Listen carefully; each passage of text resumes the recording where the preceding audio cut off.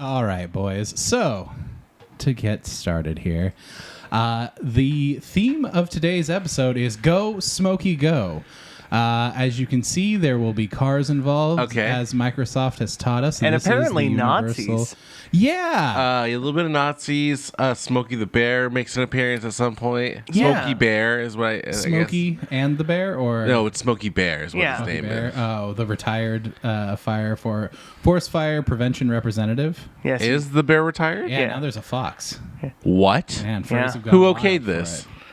The US, Furries have gone. Did you say that sentence? They have, yeah. Yeah. Oh, yeah. Yes. Oh boy. Yeah. So. Oh, dude, when I was in Texas, side tangent. When I was in Texas at a outdoor This is little festival. The sanctioned side tangent corner of the podcast. So Cool. When I was in Texas at this outdoor bar venue, they had a sign that says furries need to be on a leash. And is it a popular furry bar? No, it was for they meant animals. Oh. They meant pets. Pets need to be on the leash, but they're being cute. Was there so some they say, guy in like a furry wolf friends, suit, like leaning furry down friends and need to be throwing on the up some leash. peace Yeah, signs of in front course. of the Yeah. sign. Be making everyone Yes, uncomfortable. and as you pointed out, Ryan, we do appear to have a bit of Nazi imagery here. It looks like it looks. These two gentlemen here, but these are actually bobbies. These are UK police officers. British That's what this is Nazis. depicting. Yeah, weirdly enough, there was this sort of Ben Garrison political cartoon that came from the event that we'll be talking about today. But before we talk about the event itself, Right. we do need to do a little bit of our history. But yeah, I thought this was great, so I figured I would make it the intro What slide. does his shirt say? It Top says sock. top secret, actually. Oh. Yeah, and then there's a vroom vroom car here in the back. Yeah, we're seeing a very bad divorce between a man and his car. Yeah. Yeah, unfortunately, he is going to be a victim of divorce court from this vehicle. But there is a happy ending, dear listener. But I thought this was hilarious because this looks like a political cartoon you'd see at Vietnam or something. Yeah. Of he's about to be taken as a political prisoner and die on a hunger strike. But totally not what the case is here. But yeah, so that is the depiction that we have. Okay. And let's go ahead and just get started with it. So Let's lean with it, rock with it. it's going to start with 4 men. And dear listener, my apologies. The format of this PowerPoint has gone through 2 iterations of software, so it's going to be a little jank. But we're rolling with it. These are the Toyotas. Notice the D. Not my favorite doo-wop band. Yeah. You don't like the Toyotas, man? Tommy and the Toyotas. Yeah, no. Tommy Toyota and the Doo-Wop Boys. I like the drummer on the right though. This one? The only one that knows I how to had smile? second to right being the drummer. Oh, really? Yeah. The old man. Keyboard is second to left. Yeah. Yeah. That's keyboard Very, face. very charming, very handsome. But no. Rest in peace to the one on the left. Yeah. He's half a ghost already. Well, he also has the accoutrement that you would expect a vampire to wear. He's got the Partially it's metal the half toes body. and- Yeah. He comes from the vampire era of history. Yeah. These probably were just medals, either for engineering, is what I please hope so. Either that or it was killing other Asian people in World War One. Yeah, that happened. Yeah. So, yes, the Toyotas, the family behind the Toyota Motor Company. Okay. Notice the spelling is Yeah. different. Yeah. Yeah, we have a D instead of a T. They decided to not fully name the company after ourselves because that would be too egotistical and could potentially draw bad luck You know, to the family business. LeBron James's son just started going by Bronny instead of LeBron because he didn't want to be identified by his dad's Doesn't want to legacy. walk in the footsteps, yeah. That could very well be the case here. But let's meet the boys. You got Chad, you got Brad, you got Thad, and lastly, you got Tad. Okay. The gang's all here. The gang is all here. But in reality, you have Saikichi Toyota. You have Brad, otherwise known as Kaiichiro Toyota. You have Thad, who is Shoichiro Toyota. And then you have lastly Tad here, who is Akio Toyota. This The is man who says Obachan Yeah. crushes it on the pronunciation of the names, and I am so proud. You're batting 1,000 so far. Hey, trust me, I'm keeping track. I wasn't this morning. I was like, I gotta look up how to say these names. I gotta look up how to say Hokkaido. What do you do when there's two eyes after in Kiichiro?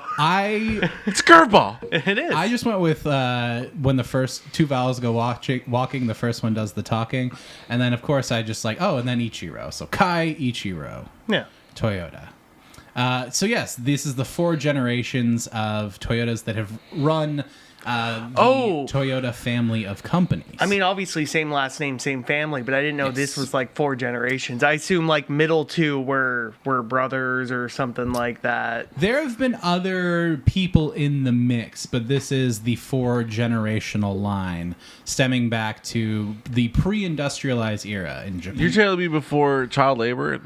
Before Tom Cruise showed up? There's a lot of child labor in like this period of the Chad period. of the Chad and Brad chapters probably have a fair bit of child labor to them. Thad and Tad probably not so much. I don't know child labor laws in Japan. I don't know. I don't either. Can you be a salaryman at 10? I don't know. The plan is simple. Yeah. Just get a job as an accountant at a company Wear at the a age suit. of 10. Get blackout drunk, sleep on a bench because you missed the train. That's every Japanese child's dream. All right, so we're going to start it off here with Chad. Okay. Otherwise known as he wants to suck your blood, Sakichi Toyota. And he is the patriarch of the Toyota family. He's dad. This is daddy. Also, otherwise known as the father of the Japanese Industrial Revolution. Industrial Resolution is a good band Dance name. Dance Resolution. Dance Resolution. And founder of the Toyota, still using the D. Motor company? Family companies in 1926. So I assume, Okay. with your industrialization, like he's making simple to complex machines en masse, Very complicated, actually. He's known for bringing to the table the Toyota automatic loom. Fuck yeah. So this is... Do you know how many kids they had to employ before they got You know how many kids they had to pull out of this thing? Over the course of You know how 3 many years? Roger Rabbit ass kids came through that some bitch? Just flattened little heroes. little wonton wrappers of kids?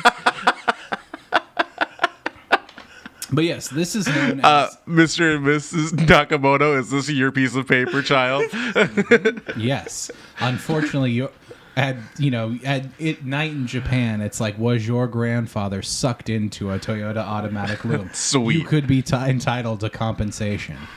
But no, as you can see, like it's a complex piece of machinery for 1920s, and this is 1920s Japan, not 1920s like America, Germany, or They're getting UK. there. Your Japanese industrial revolution, like they went from feudal era to modern in only about 50 to 60 years. The Western world took about 500 to do that. Yes. Or But in your Japan average, is just like everyone else, but better. Well, it's just everyone else, and extremely quick too. Saikichi's Toyota's father, I believe, was Aichi.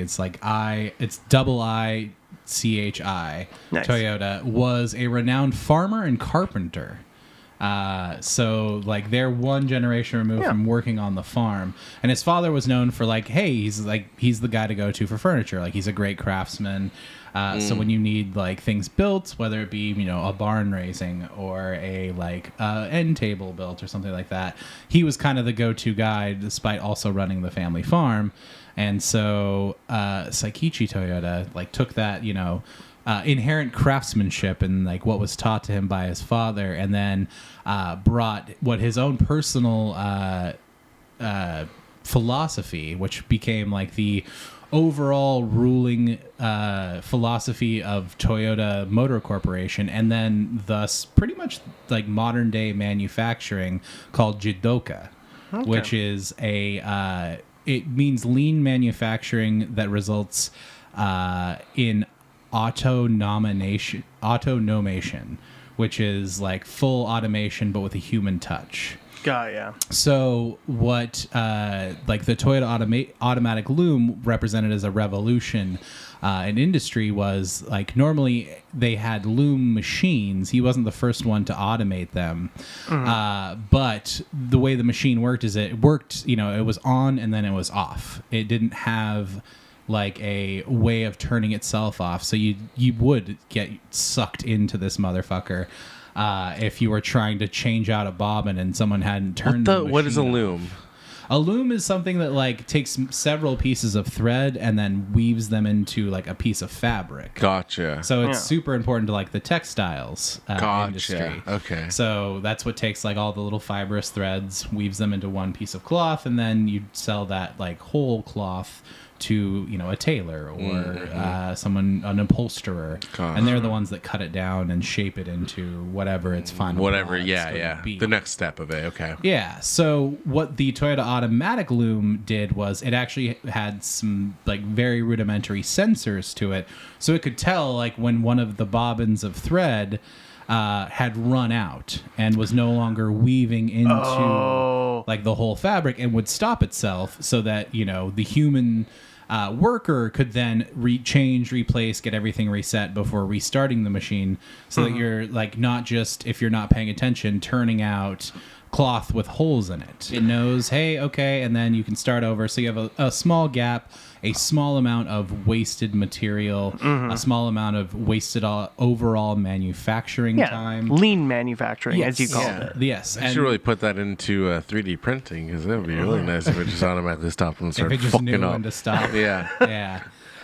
Well, maybe a Keo can get that done for us, but no, this whole philosophy like has gone throughout all of the Toyota family's adventures, which moved inevitably from textiles to motor vehicles. But so that's why auto manufacturers around the world and like people who represent like the Jidoka division of Toyota Motor Company, like that are basically like consultants for companies here in America and worldwide, where they'll come in and they're going to consult you on like what parts of your process can be automated so that you're the most efficient. That's the reason Toyota is like the number one car brand in the world, is because they pump out cars faster than anyone else. Like just in the year of like 2019, Toyota made more just Camrys than Ferrari company had made in its entire almost 80-year lifespan. Jesus, really? Yes. Wow. In 1 year of Camry manufacturing, they put out more than like big boutique automakers. So it's very like, it's well respected in the business world. Whether or not that's a good or bad thing, that's still up to the people that they need to decide on. Like, can we use automation to make our lives easier and then make people's lives easier? Capitalism hasn't really let us do that. It's just like, no, we're going to grind you even more and make you compete against the machine. Yeah. We had a divergence like there. We could have gone the right way, but we haven't so far. And that is the Toyota automatic loom. So this was the beginning of the Toyota industry. Yes. So this was a claim to fame. The beginning of the company. It was sort of towards near the end of Saikichi's life. I don't remember exactly when he dies, but he dies, I believe, prior to World War II. Okay. And he already has an adult son. His name is Brad. Yes. But not really. His name is... He does look like he can tell Keiichi you what Rota. a hard day's work is without ever having one. He reminds me, like, I don't want to get sent to his office. Yeah. I mean, yes and no. He did actually have a fair amount of respect amongst his workers for quite some time. So Keiichiro Toyota was the visionary sort of behind the whole thing. He was the one, he was, the son of the famous industrialist, and is often himself referred to as Japan's Thomas Edison. Okay. Like bringing Japan into the future. Into the light. with Does that infer that there is a Nikola Tesla, a Japanese Nikola Tesla, that is buried somewhere in a shallow grave at this man's hands? He works for Isuzu. That was John Isuzu. John Isuzu. Wow. But Brad was the one who thought, looms are cool and all, Dad, but we should make cars. So he's kind of like Japanese Henry Ford in a way. Like, I assume there was a Japanese automotive industry before this guy jumps into it. Not much of one. It was in its infancy. There were some vehicles in Japan, but it was very much so like Europe and America about 20 years beforehand, where there weren't necessarily a lot of auto brands. There were people who ran like boutique shops that would, like, machinists that would make you a car, or at least like the parts that go of a car, and then you would take that over to a wagon builder or a coach builder, as they're called, and then they would usually like build a wooden frame so you actually had a place to sit. And like, you were building your own cars. Yeah, you were parting up your own car. There wasn't a lot of people. Henry Ford was the first to be like, "Hey, what if I sold you all the pieces all at once and it works and you can drive it all right off the lot? What if I did that for you, huh? What if you gave old Henry Ford all your money? What if you went into years and years of debt to pay off this car, sir? Company housing, and I knew everything that's going on in your life, and I knew if you were Jewish or not." What if we just killed all the? Never mind. That was definitely something that Henry Ford thought. Probably also Shuichi Toyota. He was the head of Toyota during World War II, so he was a collaborator with fascism. Did Toyota? I mean, I assume you have some. Do they have a spotty history in the 1940s? Because I know we know about like Mitsubishi, obviously, because they didn't go over a rebranding after making death machines. They just they made such good death machines they could keep that brand. Yeah, so that's a bit of beautiful, and I love it. Keiichiro Toyota. He was sort of the right man born at the wrong time, unfortunately. So he had these big dreams. He was an engineer himself and an inventor. He had several patents, much like his father. And like what he wanted to do was innovate. He wanted to make cars. Coming from an innovator, he wanted to also be an innovator. But unfortunately, like a lot of history's great minds, war were declared. And so during World War II, Toyota did manufacture vehicles for the Imperial Army. They were also at one time basically deputized as a munitions company. So they were making weapons as well for the Japanese war effort, which is definitely not what Keiichiro had wanted to do. He just wanted to make cars that people could drive around Japan in and have a good time. But yeah, so like I said, he sort of takes on this tortured genius because though his dreams brought the Toyota Motor Company into existence, like it was under his leadership. Like Dad built the motor car company wing of the company, but it was him who officially is like, no, we're going to be Toyota, not Toyota, and we're an auto car company. In 1933 is when great they time. Officially became, yes. So a lot of transportation needed to be available around the late 30s, early 40s. Yes, yeah. People needed to get to other places. People needed to get to other places. People needed to get to shores. People needed to get in the air. And think of all the goods you can ship now. We'll see an example of some of the things that he had to make during that period of time.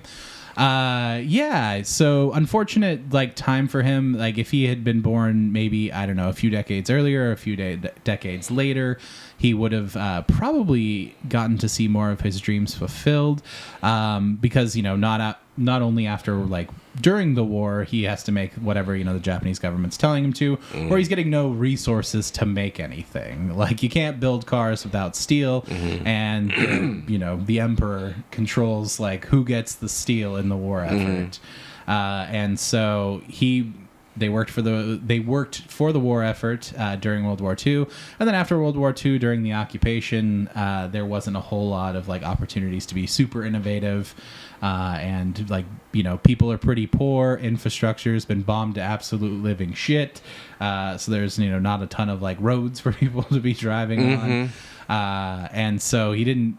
They were able to keep the company afloat for a while. But yeah, during the American occupation, didn't really, wasn't a great environment to flourish. the company.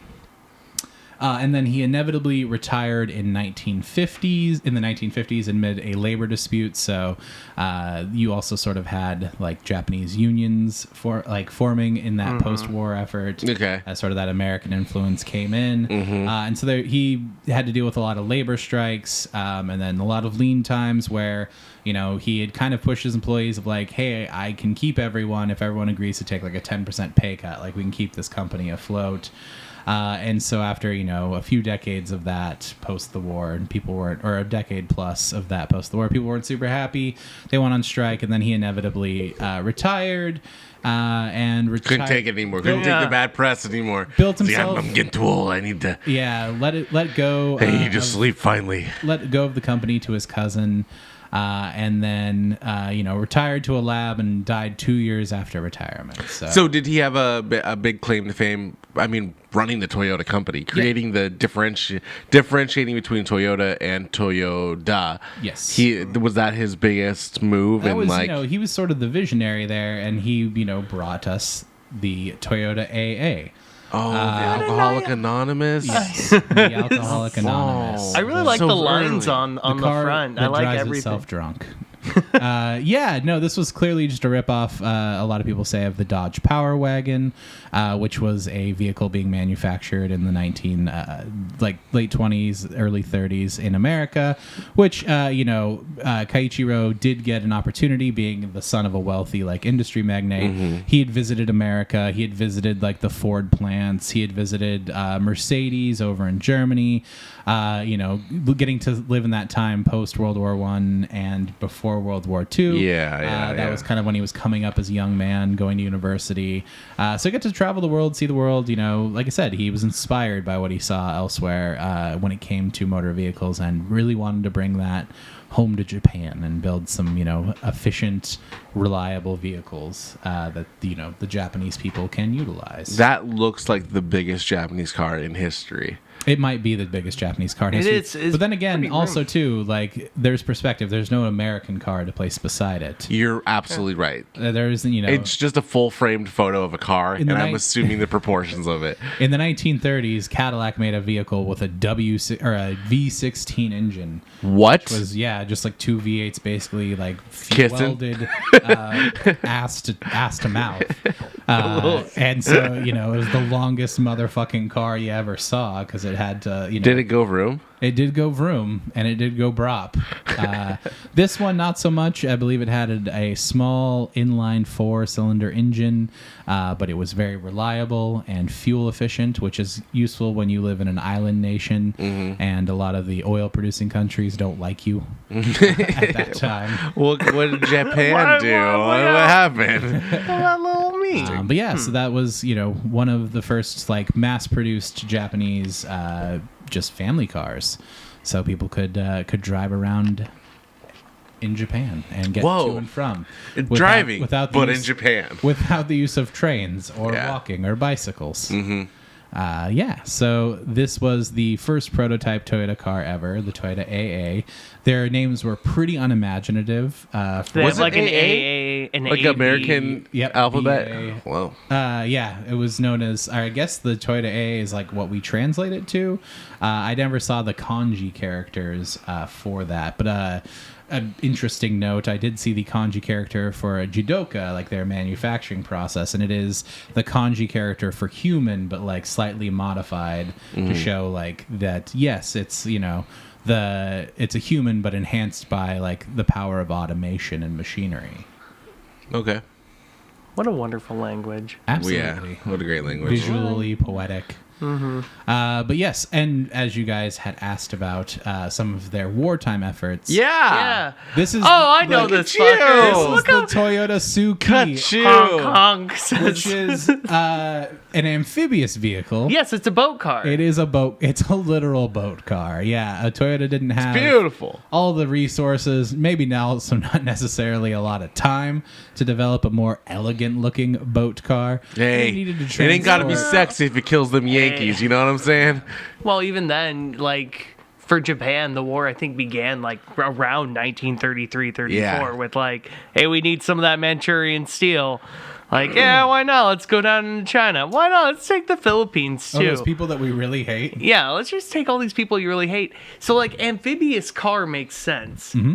You know, if you need to get a bunch of people or a bunch of supplies over a place or around a place, because they, you know, you stick to the coast mostly of everywhere you're invading. This would have been, like, loaded on a warship, and so the boats just got to get kind of close enough to the island. Then you get the Suki out, you up to the island, and then you can drop around the island. And then you don't need to bring an extra car, because this thing is a car. It is a car. Doesn't look like it has the best steering radius. No. Doesn't look very fast. It does not look very fast. In water or on land. It probably wasn't. Doesn't look very heavily armored, despite, you know, it being kind of straight on like that. Yeah, I feel like I know where the gas tank is if I wanted to shoot this thing with an incendiary round. Probably that would do her right there. Would be looks where the very gas easy goes. to hit from the air. Yeah, it looks big and flat up top here. So if you see a and boat in the hood, and you see a bunch of rectengles shooting away in the going water, like a third of the speed of a boat. probably, that's where you drop. That's where you drop your bombs. Then inevitably, the war ends. Japan is then occupied by America. Their production, their economy, needs to be revitalized after the fact. So it takes some time to get there, and unfortunately, Kaiichiro does not make it. Oh no! Does he die in tank? Well, he dies in retirement, unfortunately. Only 2 years after retirement, after building a lab, so he could just continue to work on inventions and everything. He seemed like someone who had big dreams, achieved them, and then was browbeaten by reality to the point that he kind of, I don't know, it feels like died of a broken heart, that he couldn't, he knew he was born in the wrong time and wouldn't get to see his dreams lived out. That's maybe, what were his dreams? To build vehicles, man. But the wrong time, because he didn't have the manufacturing productions available. He was making this piece of shit. Yeah, he couldn't be left alone. His wasted time was during the war. There was always taken away to do something else, telling him what to do with his company. So that's why. Unfortunately, if you don't have a robust economy and a lot of people buying your cars to make the profits to do that, you can't really innovate and do fun new stuff to manufacture those new vehicles. Yep. You get to make the boat car, which just looks like, it's a boat that someone slapped on a truck frame. Do you know how many of these were made? Rough estimate? I don't know the numbers on that. One of the hardest parts about doing research on this project was a lot of the resources I could get linked to took me to Japanese sites. The trail ran dead for me because I have zero ability to read Japanese. So Kaiichiro was unable to see his dreams fulfilled, but maybe his son might be able to oversee a better time for Toyota. Okay. And that's when we bring in good old Thad. Which all of these men are old as fuck. The images you found. When you said his son, I thought, I don't remember anybody youthful. I'm having a hard time. He's looked like that since he was born. Yeah, I had a hard time finding any of the people that are involved in this story, a picture of them when they were young. Apparently, all Japanese men are just born old, bespectacled, and with gray hair. And in a suit. Yeah. They're salary men by the age of 10. And you've missed the train so many times, your hair goes gray. But yes, this is Thad, otherwise known as Shoichiro Toyota. And he wasn't the same manufacturing type as his father and grandfather. He was more of a people person. Okay. And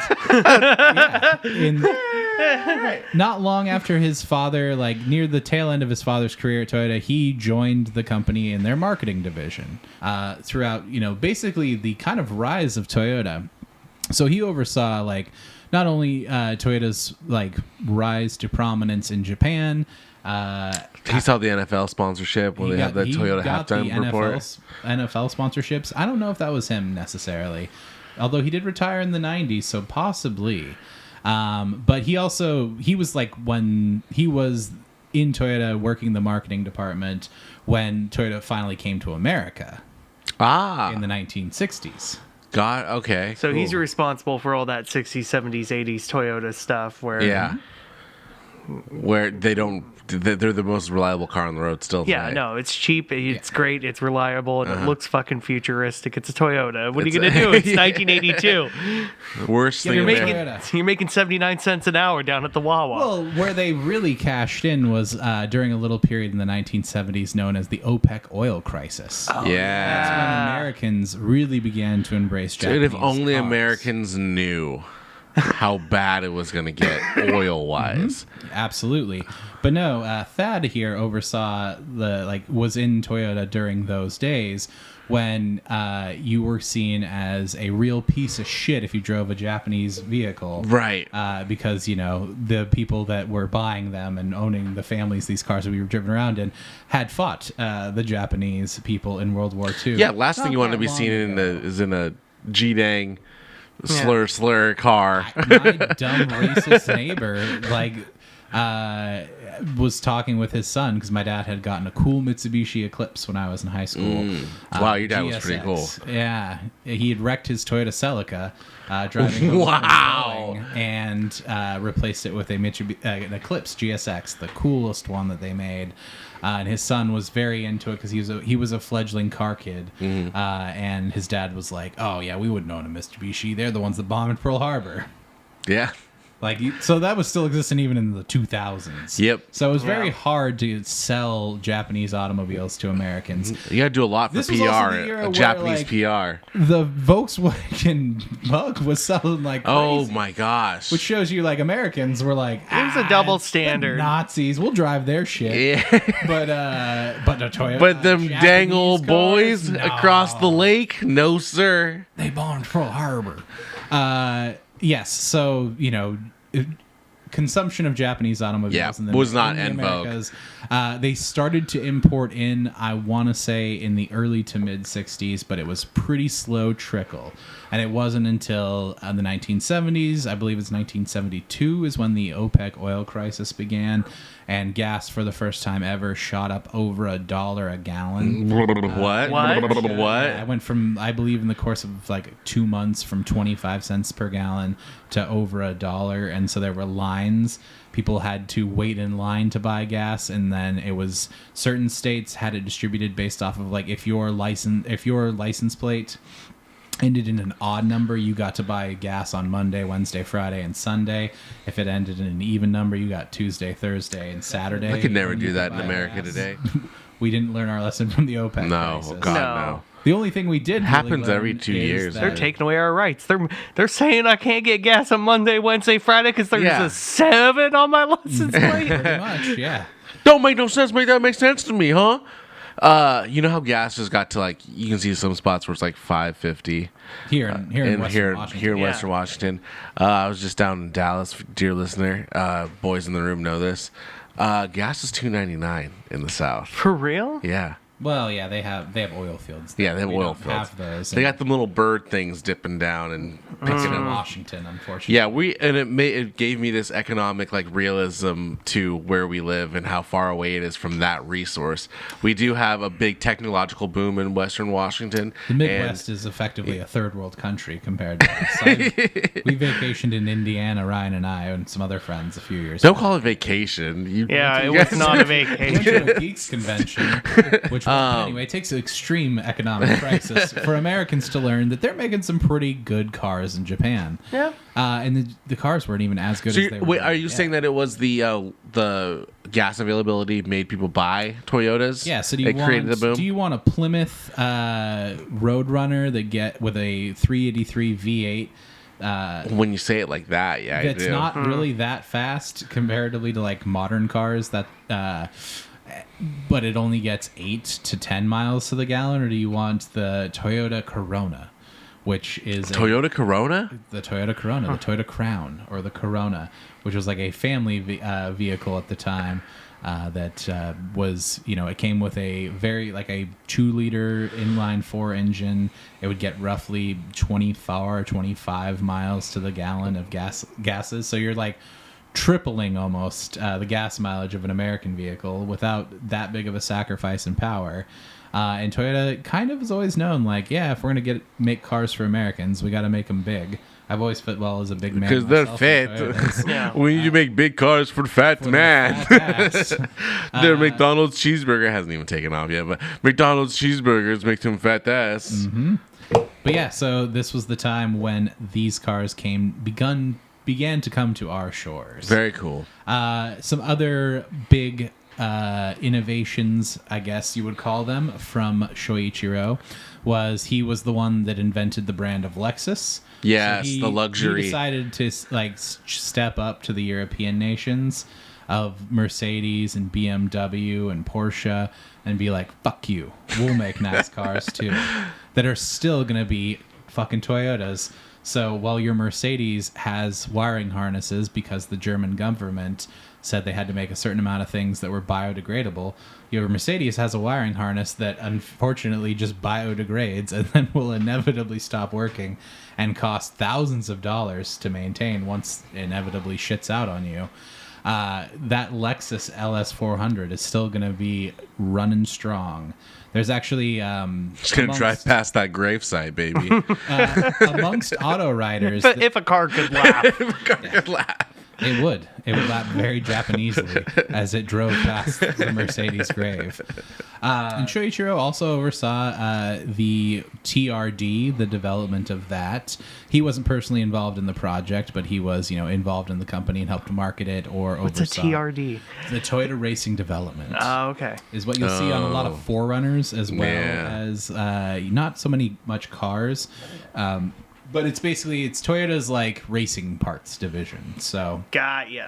What they do is they build cars that go and race in various things, like WRC, the Rally Championship, or the Baja races, or the Dakar Rally. The Baja Blast races, yeah. Yeah.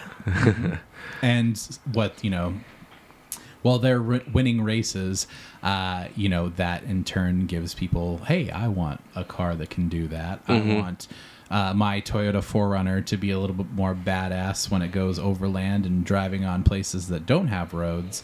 I'll go buy some Toyota Racing Development or TRD parts. Gotcha. And put them on my 4Runner so that it can drive off-road a little bit better.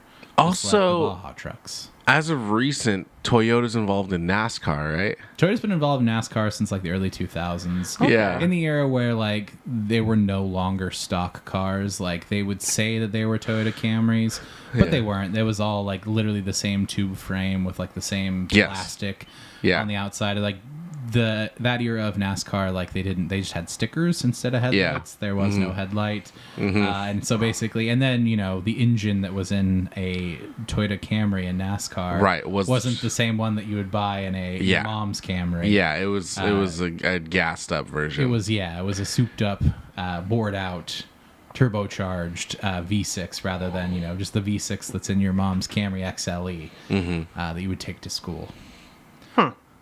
And so another passion that Shoichiro had beyond beyond branching out the brand into several different markets, whether that be luxury, whether that be performance.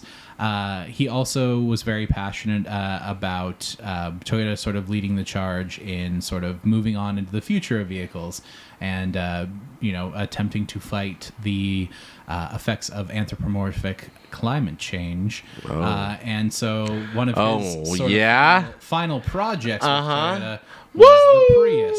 Oh, everyone's favorite. Everyone's favorite Everyone's favorite spaceship. European Prius, back when they came out. They came out a lot sooner than most people remember them. They were in the late 90s. Like 1997 was when they were doing their first battery gasoline hybrid Prius cars that are built this way to be as aerodynamic, to create the least amount of draft as possible, and so the least amount of air resistance, so that you can get the best fuel, get the most out of your mile, and then hopefully use less oil, and then the world hopefully dies a little slower, and then so he created a universally reviled car known as the Prius. And it even as progressive as I am, when I am stuck behind one in the left lane on the freeway, I do feel that same hatred that every American does. Every single welling American up feels inside it. of me.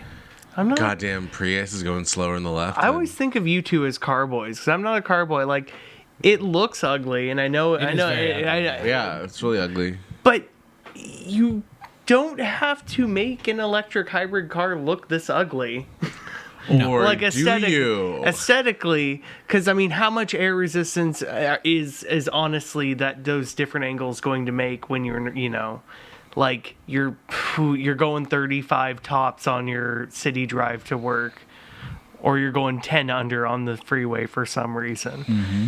Like, honestly, like, just make it look like a normal car. Don't make it look like a Pinewood Derby. Like, yep, Dad gave up after 2 drunk cuts on the woodblock here. It's definitely not for aesthetics, and it wasn't built that way. I mean, it is a well-designed vehicle for what it was intended for. I mean, you have this wedge-like shape that starts with the nose that reduces the drag on the vehicle, so that you can, less wind resistance, better fuel economy, and then it bulges out in the back end here so that, hey, even though this is a pretty small little car, like you have a lot of like storage room. Like they have a surprisingly roomy trunk with that almost hatchback rear end, so it is an immensely practical vehicle.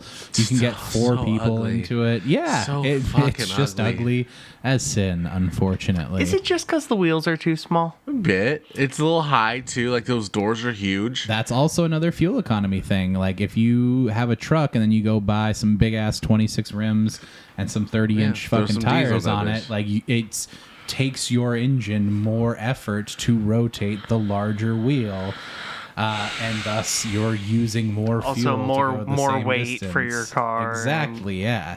So all of this is like, it's very well engineered for like what it wants to do, which is be a fuel efficient people mover. But yes, it's just ugly as shit. So ugly. So that was sort of like one of the last passion projects, was seeing sort of the out launch of this. Unfortunately, around this time of Toyota as well, there was some controversy, much like so the Prius itself was sort of the crux of that, where there was an issue where like the accelerator would just get stuck at the floor. So you'd be like, after they were established too as like the cool car. That's quite the recall. That's quite the there were massive recalls because of this. And then also, too, they also suffered from the Takata airbag recall, which impacted a lot of automakers across the world, not just necessarily ones from Asia.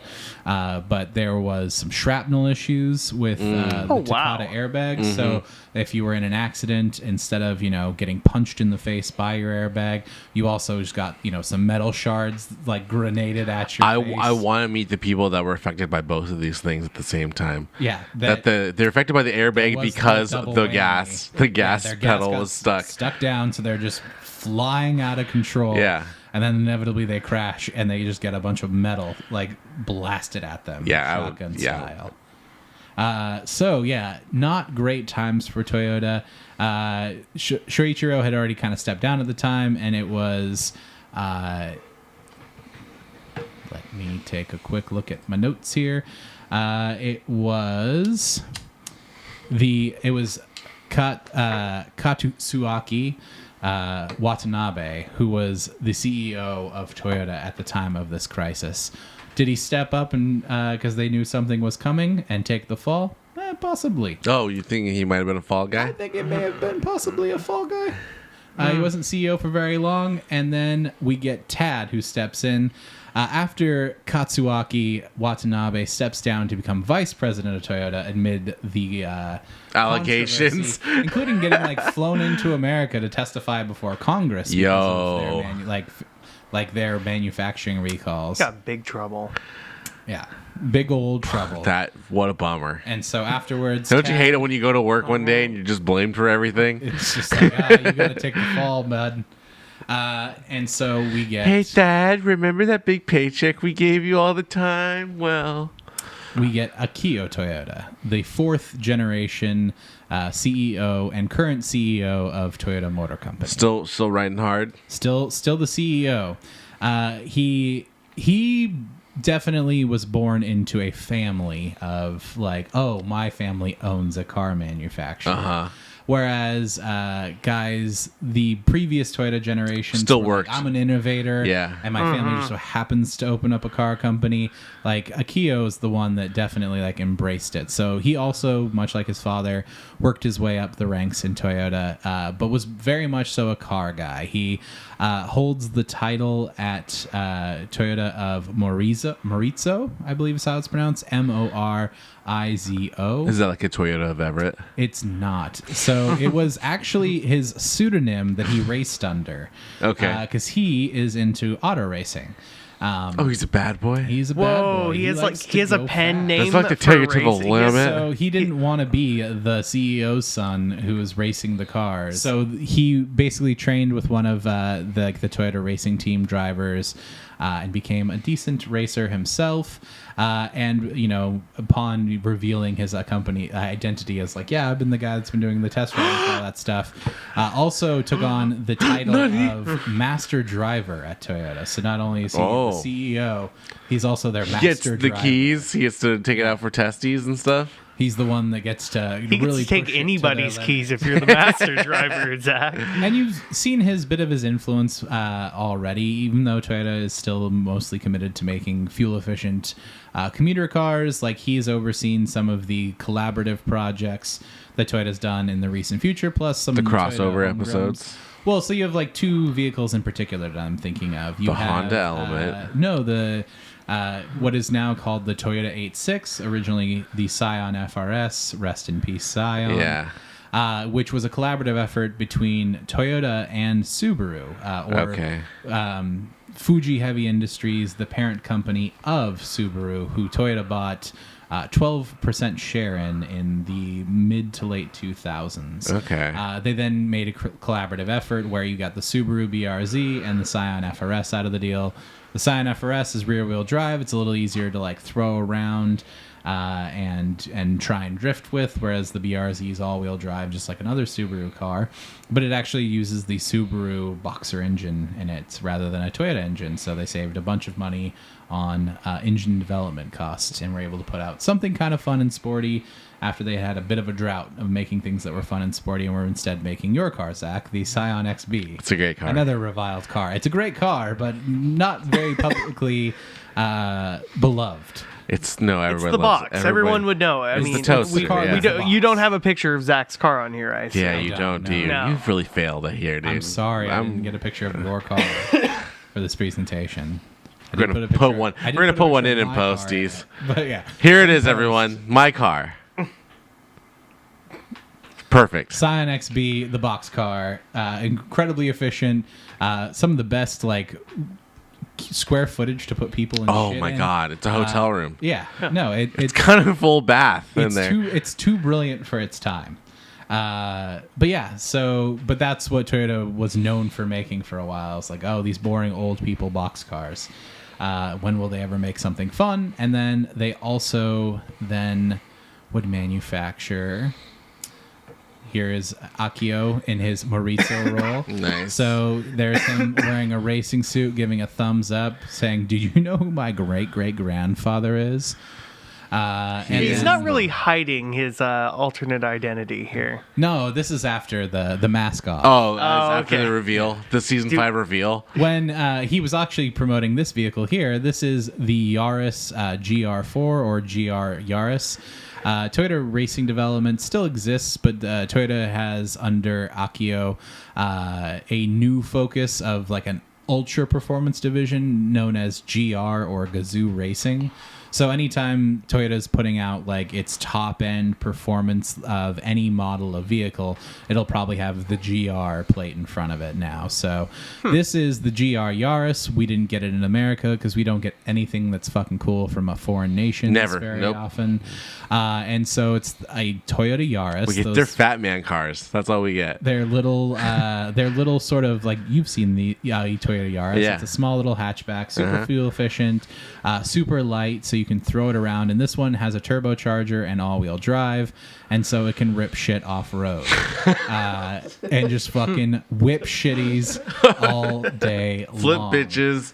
And so this was seen as sort of like, oh shit, Toyota's doing cool stuff with cars again.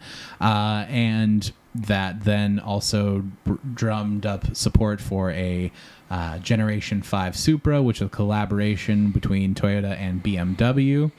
And then also probably the most overvalued car on the market right now, the GR Corolla, which is another slightly bigger hatchback all-wheel drive that we do get here in America. I believe it's suggested, or MSRP, which is manufacturer's suggested retail price, is somewhere in like the mid 30s. But if you were to try and go to a dealership and buy one, you'd probably have to break out about $60,000 to $75,000 to be able to buy one. That's what the markup is. Yes, on a Corolla now. So a Keo over here in the left. It looks like somebody was next to a photographer and said, "Hey, Keo, give me a thumbs up." His head looks and he looks on at the person that says, "Give me a thumbs up." instead of the camera. Or someone else gave a thumbs up and Akio refuses. Oh, yeah. And so they just photoshopped Akio's head. Like, this was him smiling at a business meeting. And they just took the suit away and plopped it onto the guy, the racing suit guy. Smart. So he's not like other CEOs. He's a cool one. He drives his cars and, was Racer X for Toyota for a hot minute. Cool. Yeah. So Toyota has made some cool cars. I'm going to introduce you guys to my personal favorite of the Toyota's cars, which starts with a line. Two lines, it looks like. Yeah, those are two racing stripes. At least three. So you got this little bitty baby car here. It's probably no more than like 8 feet long. Probably fits like one of my butt cheeks. Tiny. Yeah, no. I would have to sit in the driver and the passenger seat at the same time and lean over to attempt to drive this. This is known as the Toyota Sports 800. This was Toyota's I hate names of cars, man. Names of cars are so uncool. Yeah. Oh, you're talking with the LSG4? Like what? So it's usually a combination of letters and numbers. Yeah, and then sports 500 or 800. Well, so this was Toyota like taking a stab at a sports car. Like everything else that they had manufactured looks like what's behind it, which is a boxy little Yugos. Car. Yeah. That isn't a Yugo. I know, it's yes, it looks like figure of speech. So it's got a little bit of room, so you can maybe get some small people in the back. One suitcase. It probably has a small 3-cylinder engine that gets insane gas mileage and gets the Japanese family wherever they need to go. God forbid a hill is in their way.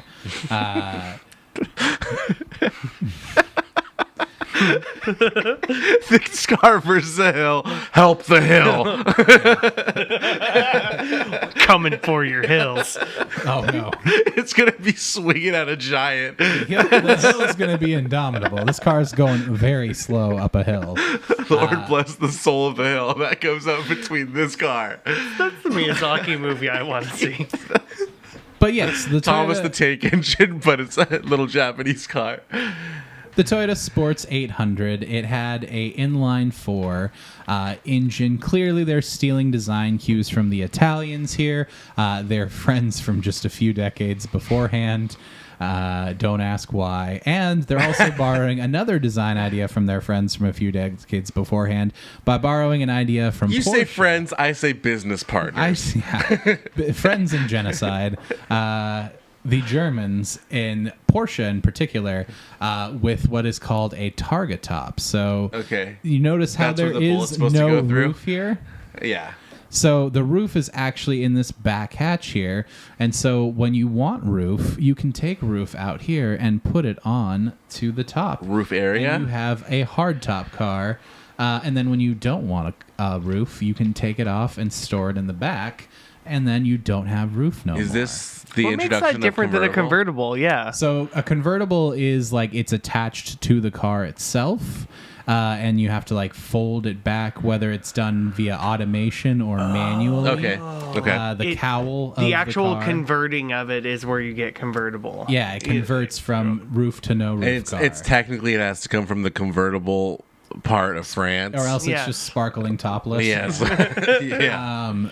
But then you also have T-tops, famous in like Camaros and Corvettes, where you get a bar that runs down the center, and then you have glass panels that you can lift away.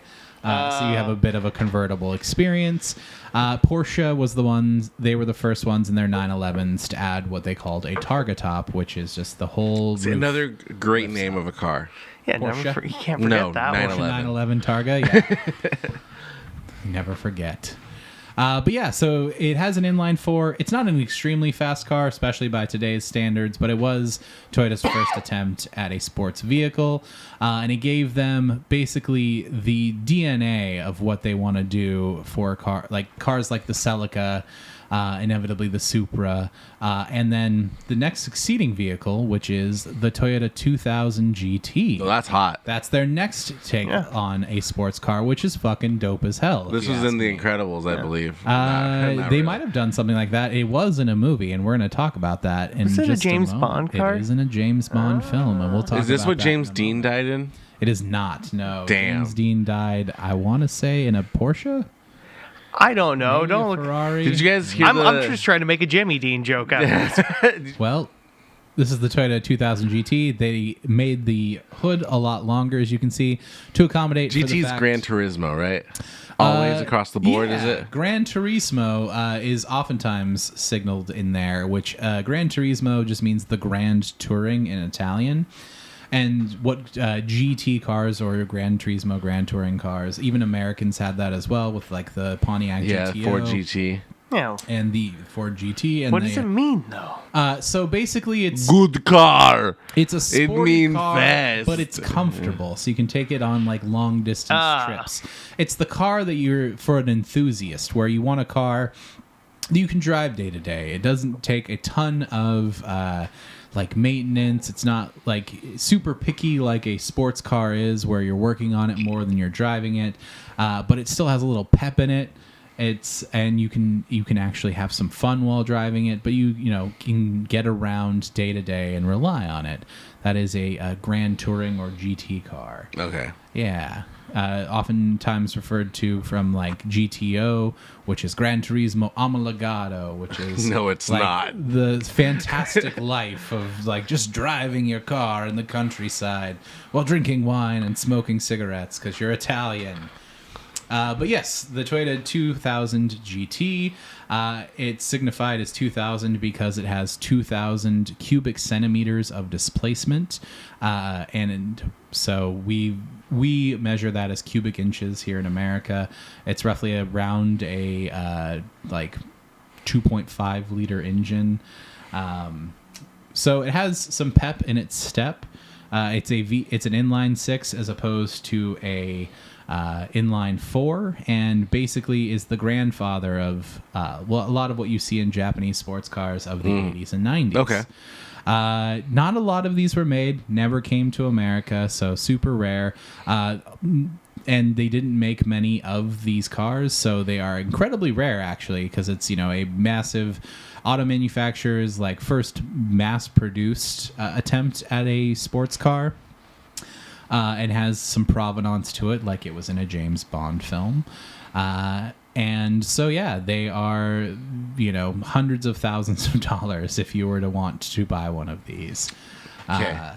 Do you think one's gotten stateside yet? There have been some that have been brought stateside, yeah. Okay. And some of them have gone, like, into, like, I think Puerto Rico even has a few rolling around in it. So there are some in the states and our territories.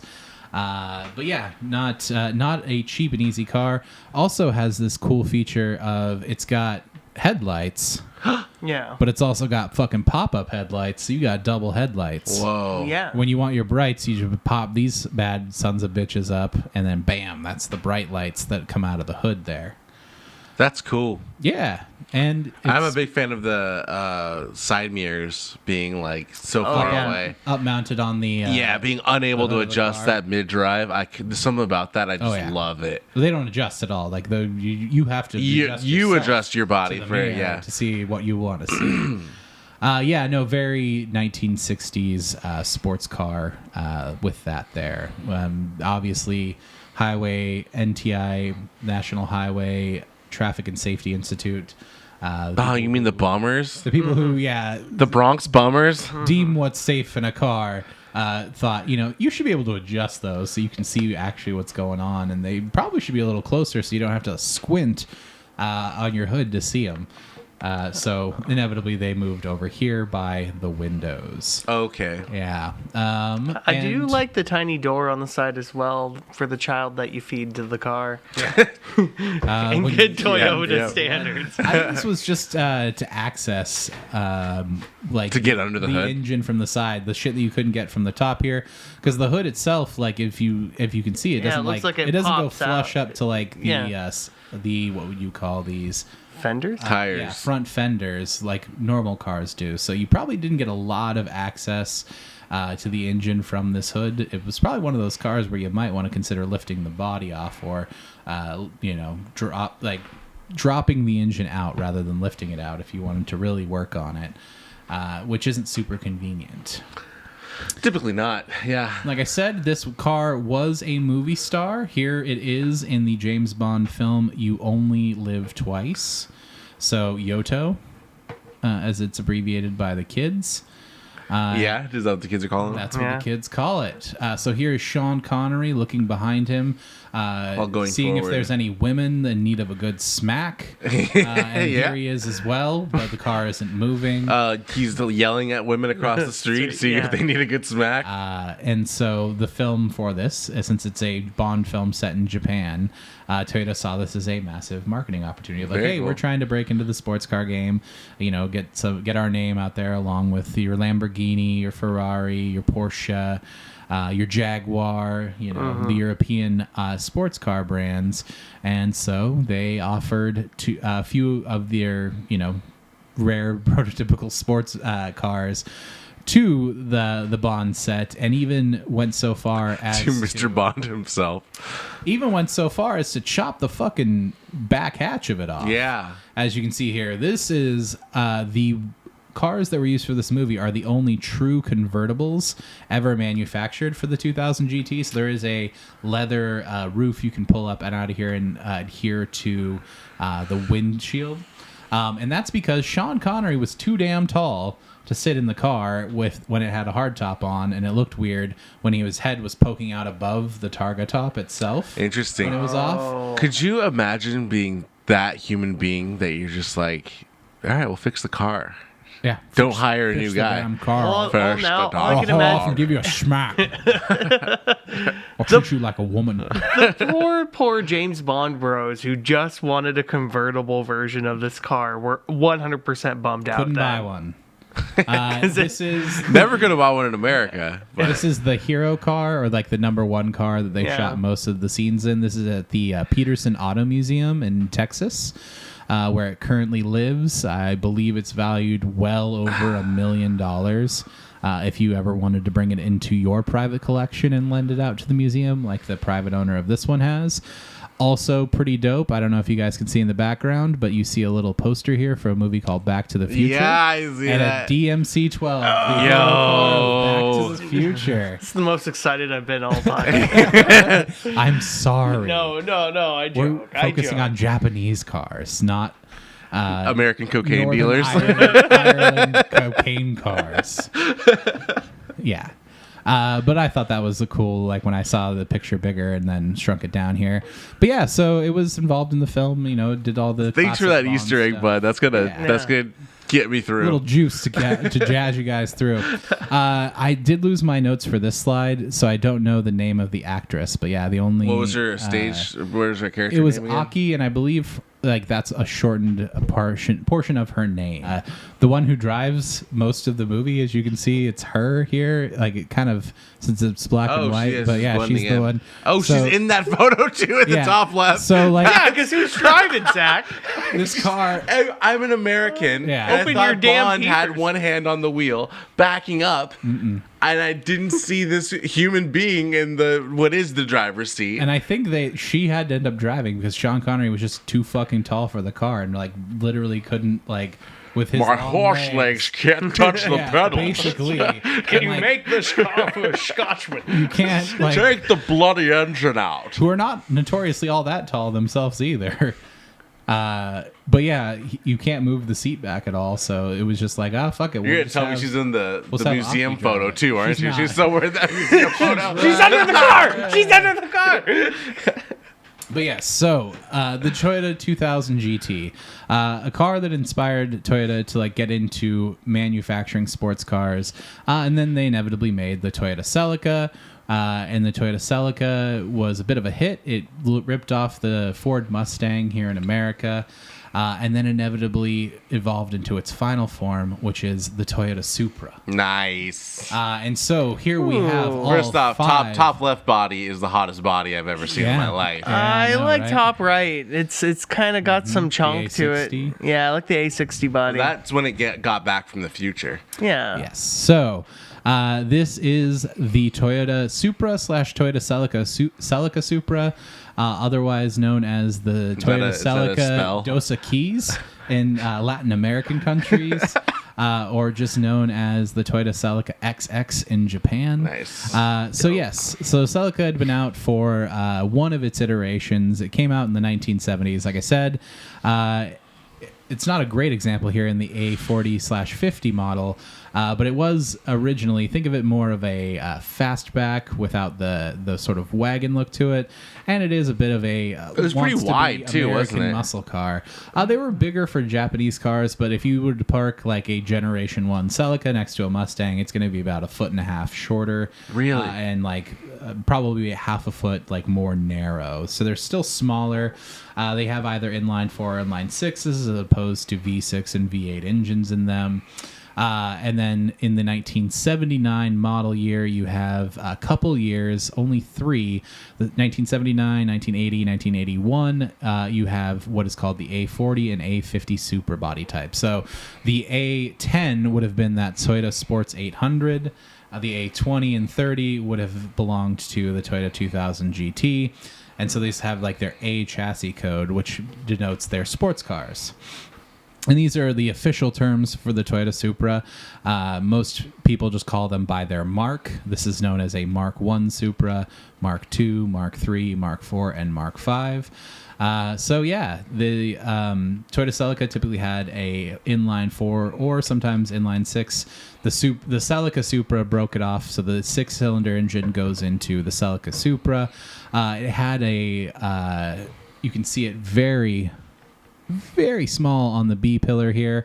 A symbol for the car because they had like basically like nice, like a little logo iconography of all of their vehicles. For the Celica Supra, looks like a Viking longship with like wings and a like dragon at the front, often referred to as the old dragon duck.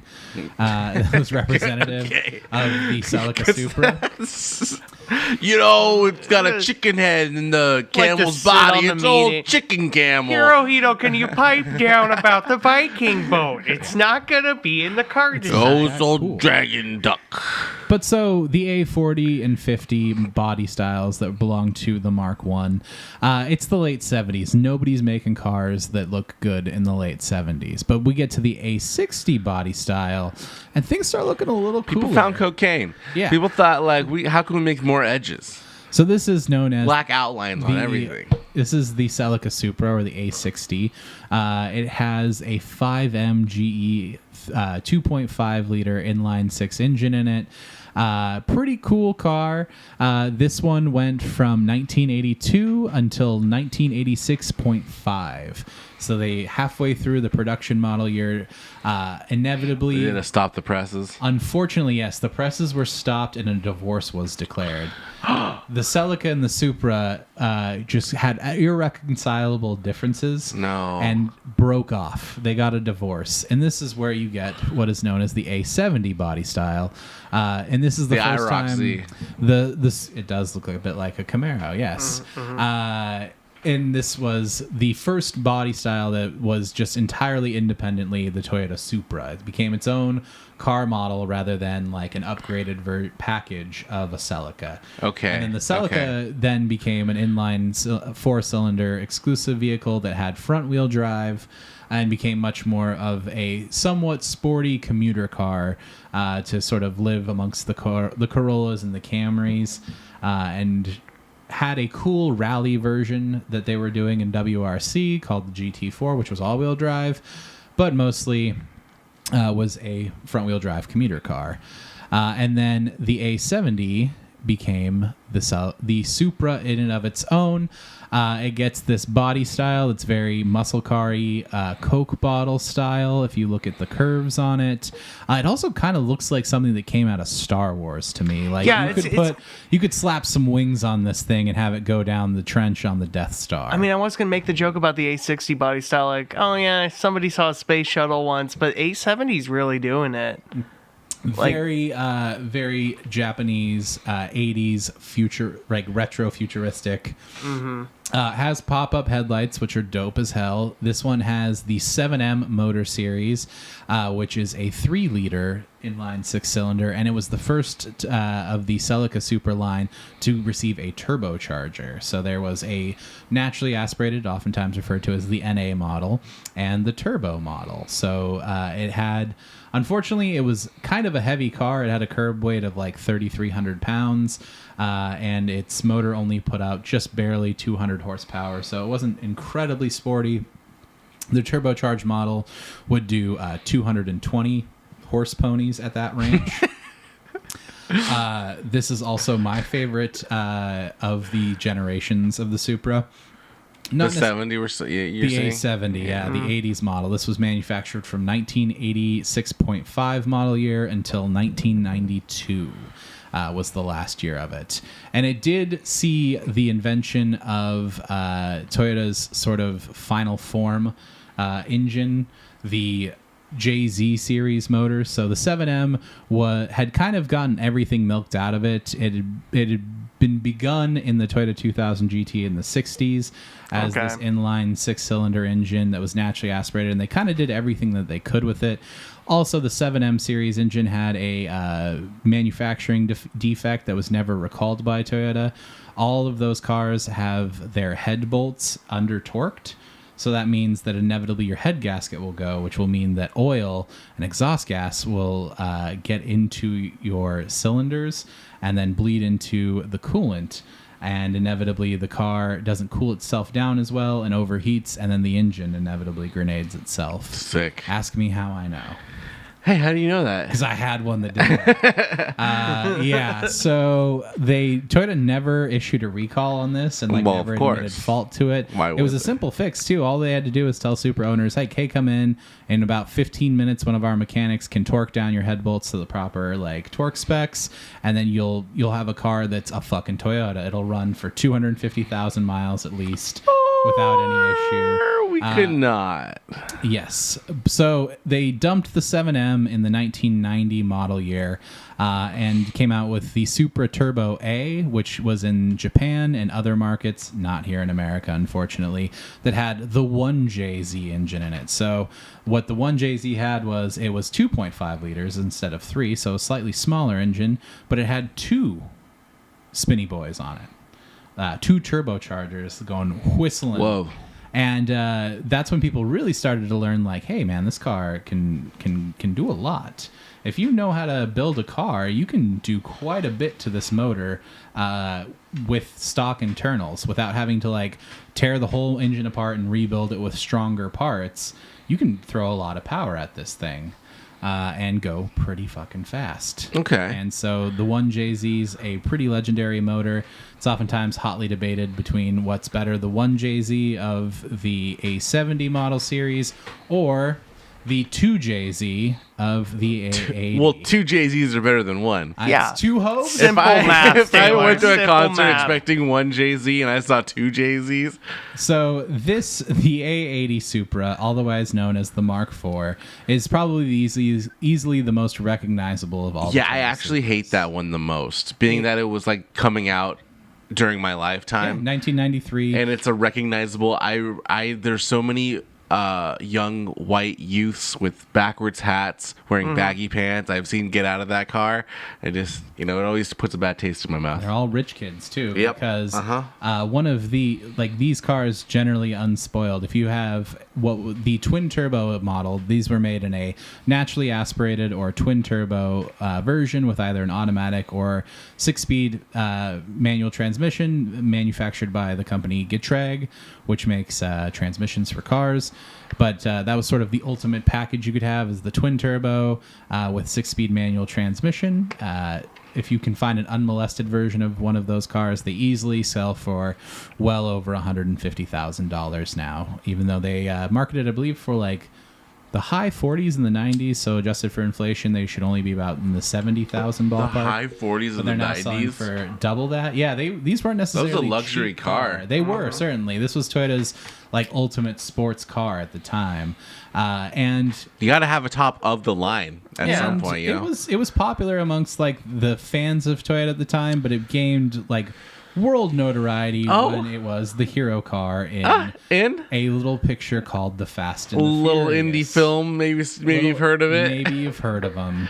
Yes, The Fast and the Furious. We really have to dive into The Fast and the Furious sometime, because the more I'm talking, the more I think about it, the more of an anomaly of what the hell is that franchise, you know? Yeah. Anyway, it's a time capsule for every era that it's appeared in. And with the success of that film franchise, the popularity of the Mark IV Supra only exploded along with it, as well as some other franchises. I mean, a lot of credit also goes to Initial D, which was one of the first media franchises to depict drifting.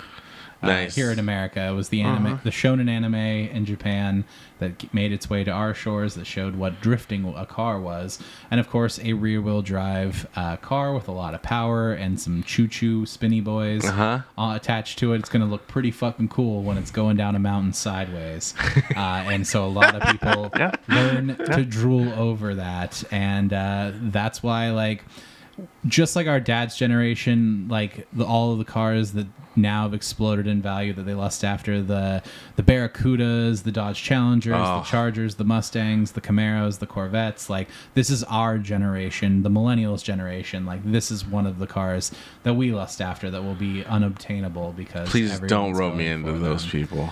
Yes, so the most popular and most unaffordable of all of them. Like one of these in good shape goes for more than one of these. The A90 Supra, which is the Supra that is currently now on the market. Yeah. Built in collaboration with BMW. This screams BMW. Yes, the chassis, the frame, the engine. Everything basic was built by BMW, and then Toyota took the design and brought it over to Japan and began building it themselves. So it is a bit different than the BMW Z4, which is its counterpart, sister car. And Toyota is still in the process of building it out. They have a GR Gazoo Racing Edition. It came out as an automatic only, which was much to the disappointment. Kind of the thing of the future, I guess, now.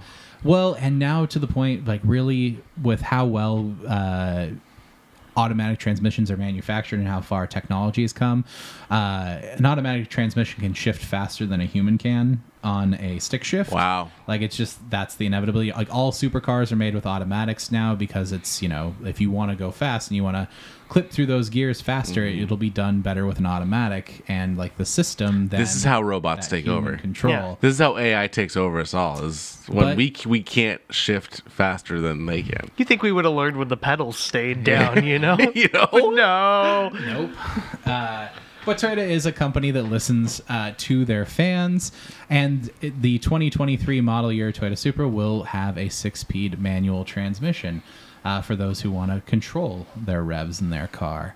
And have that sense of control. And I gotta say, as someone who learned how to drive stick but hasn't had a vehicle with a manual transmission in a significant period of time, going back, like whenever I drive, like go from driving my 4Runner with a manual transmission to driving Grace's like Hyundai Santa Fe with an automatic, it is so boring to drive her car. An automatic transmission. Gotcha. It's like, it's 2 pedals. Yeah. And I go, and then I don't do fucking anything with my hands. It's so uninvolved to the process. Yeah, and so there's a reason the manual transmission is dying away, because it is just, not as efficient. You got to look at your TikToks while you're driving, and how you got to do that with that extra pedal and shift these. How do you hand your kid the iPad when you're driving if you got to shift gears?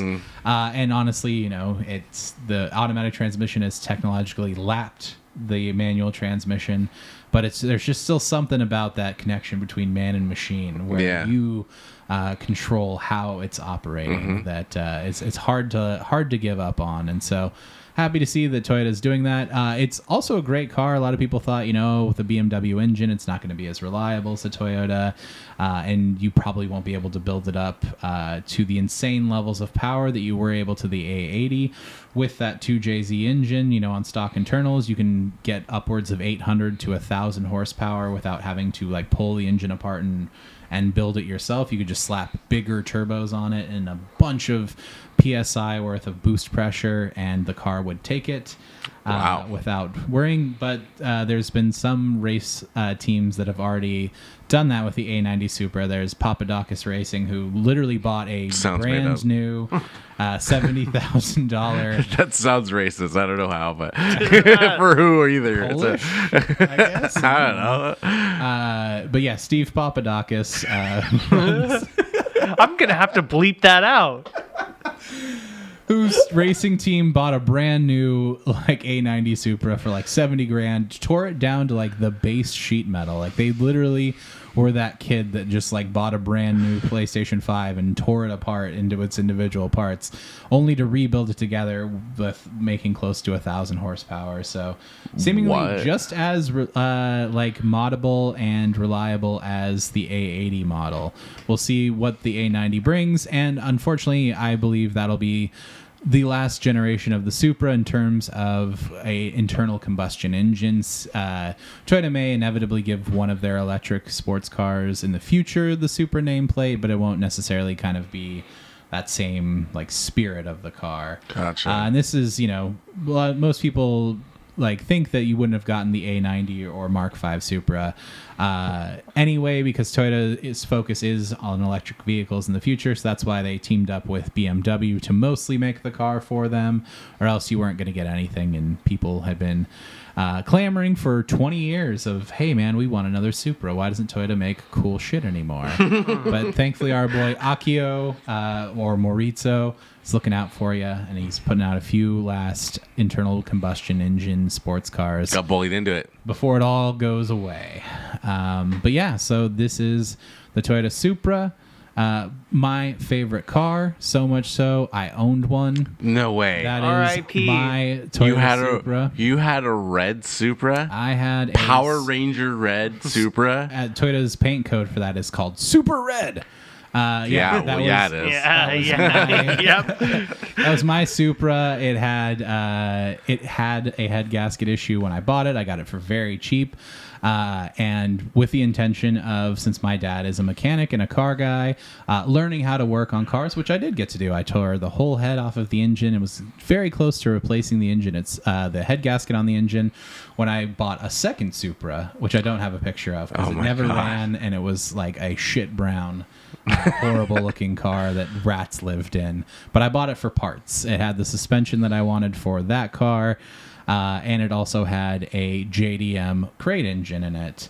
Unfortunately, that JDM crate engine had been raced at an event called Slime Dog, which it wasn't Race both Wars. Of you boys might be familiar with. Slime Dog. Possibly. I don't know how redneck your family's got, but Slime Dog is actually an institution in the community that we come from. Oh, really? It takes place out in the Warm Beach area, sort of out by the Norman Road area of like Warm Beach, Stanwood. I was an island dweller, some buddy. Redneck's like dirt racetrack that he has in his backyard, and it's a bunch of rednecks who basically like race stock cars that they all modify a little bit to get the edge around a dirt oval track. So you have like little trucks and sports cars all racing it together. And my parts car had been slime dogged, but I was told like it's a relatively fresh Japanese domestic motor in it, JDM.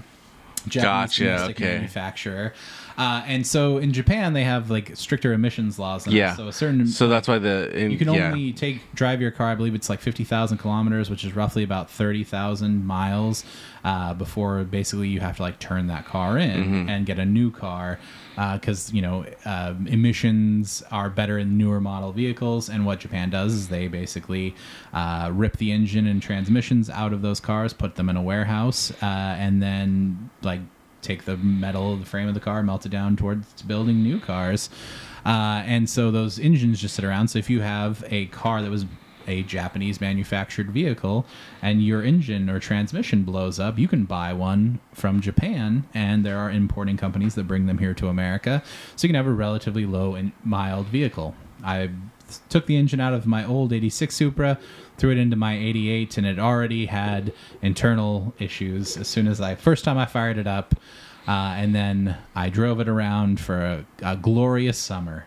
A whole summer. With the top off, mine was a Targa top model, so I could take it off, which was perfect because I had it in the summer. Worked on it during one of like the few rare 100-degree days in Washington. Nice. On like the hot concrete of my parents' driveway. I really put blood, sweat, and tears into getting her going again. Had one glorious summer before the engine grenaded itself.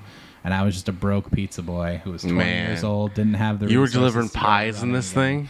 I didn't. I actually had a Camry as well at the time. That was my working car. This was my car to show off. Your fixing car. Yeah, my fixing car. Your learning car. Learning car. Gotcha. Yeah. Yes, and so inevitably I got rid of both of my cars, sold them off, and haven't owned a Supra since then, but hopefully someday in the near future. So R.I.P. my Supra. R.I.P. Supra. Love you. Gone too soon in the arms of an angel. We're going to move into not one family, but people as a collective. Okay. Like Japanese car culture. So our next slide here will show us the Midnight Club. Yeah. In particular. Fuck yeah. A legendary Japanese auto society, if you will. So, while Toyota and Nissan and other auto manufacturers were making cars in the 50s, 60s onward, Japan also developed a bit of its own car culture. The American influence, and particularly like the sort of motorcycle chopper influence, spawned the Bozuzoku culture. Which I don't have any pictures of here, but it's very like flamboyant. Their motorcycles are the ones with like the super tall backs and very long like handlebars. Okay. It took like American chopper style almost, but Japanese just to the extreme. Extreme Japanese like flair and expression. Yeah. And so you have like lots of different little cultures that start to spring up all like across like the islands of Japan, kind of dependent upon where you're living. Like in Tokyo, you have like the Bozuzoku culture of like people a generation post World War II rebelling against like their super buttoned up tight culture of Japan with like these extremely flamboyant like expressions. That also filtered out into their cars as well. It's very akin to like low riding culture here in America, where it's not necessarily about how fast your car is, it's about how flashy the car itself is. And then in the country of Japan and in the hills, particularly in the northern part of the island where there's lots of like mountainous regions like Hokkaido, that's where like the drifting scene started, where you have a lot of like twisty turny roads in the mountains. So if you rip your e-brake or you nail your gas in your rear-wheel drive car just right as you're coming around a hairpin turn, you can kind of get that shit sideways. The Midnight Club is another Tokyo-based Japanese auto society, but they had one focus in mind, and that was just top speed. The Midnight Club was a auto club that met, as you would imagine, in the middle of the night. Yo, what? What they would do was considered criminal. Most of the vehicles that they drove sometimes could exceed 200 miles per hour. Okay. And they're ripping that shit down like the Japanese freeways. Okay. Like the Bayside Road in Tokyo. This is at a time, too, in the late 80s and early 90s where like the Japanese government's very much so about efficiency and like the ecological impact of their vehicles. So like if you're a Japanese police officer, you drive a Toyota Crown that could only do 112 miles per hour. That's the top speed of your car. You cannot go over So that. they're going to be really good at law-abiding citizens. Yeah, they're going to be really bad at non-law-abiding citizens. When your car can do 200, like almost double what the cops can do, pretty good chance you're going to get away. And that's often what they did. There was a lot of, there was a code amongst the Midnight Club, though, that, if any of them did anything that would potentially endanger the lives of other drivers, whether that be other members of the Midnight Club or like bystanders on the roads at night. They were immediately like excommunicated from the scene. You had to prove that you were capable of handling a car at an incredibly high speed to be included in their drives. They had a unique system of like coding words in advertisements in the newspaper to let people know when their meets were. Cool. So you'd have to like look that up, and I kind of saw like a little bit of that back in the day. Like it's a completely coded like classified ad, basically. That, like it would be for like, I'm trying to get rid of my washer dryer. Sometime at midnight on December 22nd, if you're there. And then it said parentheses, Midnight Club. Yeah. We're meeting under the Tokyo Dome. Fast. We're going to drive really fast. Along the Bayshore Drive, yeah. There's, as you can see, we have some iconic cars here, both from Japan and elsewhere. You have the Nissan Z here. This is a Nissan, I believe, 280Z. Probably one of the most iconic Japanese sports cars at the time, and one of the first that like really caught on here in America. Very cool, looks like a rocket. It's got these deep inset headlights with these large raked glass bezels on the front of it that gives it, and like being in, like my mom had one of these way back in the day, and like much like the fourth generation Supra, like being in it's like sort of being in the cockpit of a fighter plane. Like you have to kind of like put your legs into the tunnel of like where the pedals are. You feel very like wrapped in by the car itself. So basically a very like one of Japan's first like we're making sports cars. To the left of that right here is the Nissan R32 Skyline, the Toyota Supra's greatest rival, and the competitor that pushes you forward. The R32 Skyline had an equivalent of the Toyota JZ or M motor series, another straight six twin turbo engine. I'm looking at your screen. There's no notes. You just know all these specs about these cars. Yeah. Off of the top of your effing head. Yeah. I know a bit about the Midnight Club as well because I played the video game series, which has really nothing to do with the car culture. It was just a car racing game that they borrowed a name from to sound cool. This is cover of Midnight 3 Dub Edition. Nice. They put out cars with 20-inch rims on them. Wow. You could drive a Chrysler 300 or an Escalade. Two cars you never would want to race. R32 Skyline had the RB25 and RB26 engine in it, straight six, incredible top end power, also nicknamed Godzilla because of the amount of power that the engines could take when built up. Around this time in Japan, the late 80s, early 90s, there was a gentleman's agreement amongst all Japanese auto manufacturers, Honda, Toyota, Nissan, and Mazda being the most forefront of them all, that they would cap all of their horsepower at 237 horsepower, I believe, would be what they would report. Fun number. Because there was is purely only a gentleman's agreement. Like, it's not like there's any sort of regulation coming down from above. No, this was made in smoke-filled rooms with women. This is like every single fast food industry being like, hey, you know what? A burger can't be over a quarter pound. Cannot. Exactly. Or we're not going to charge more than $3 for a burger. So they all claimed that that's what their always wondered why that's the case. Was 237. Oftentimes, like the Skyline and the Supra made more than that. If you put it on a dyno, oftentimes when they were like initially testing the horsepower of the cars, they might remove a few spark plugs. They stole that from Detroit in the 60s and 70s as a way around higher insurance rates for sports cars. You rob the car of some of its power while you're testing it, and then you can put it back, obviously. Yeah. Like a failsafe, Great car. And then they over-engineered the absolute living shit out of the engine so you could throw more power at it with aftermarket parts, which they knew that their consumers were going to do anyway. Thus why, they're so well engineered. R32 Skyline, very iconic Japanese car. Probably not as dreamed after as the Supra, though, just because we never got these in America. So it does have that forbidden fruit flavor to it. These cars are all now over 25 years, so can be imported legally into America.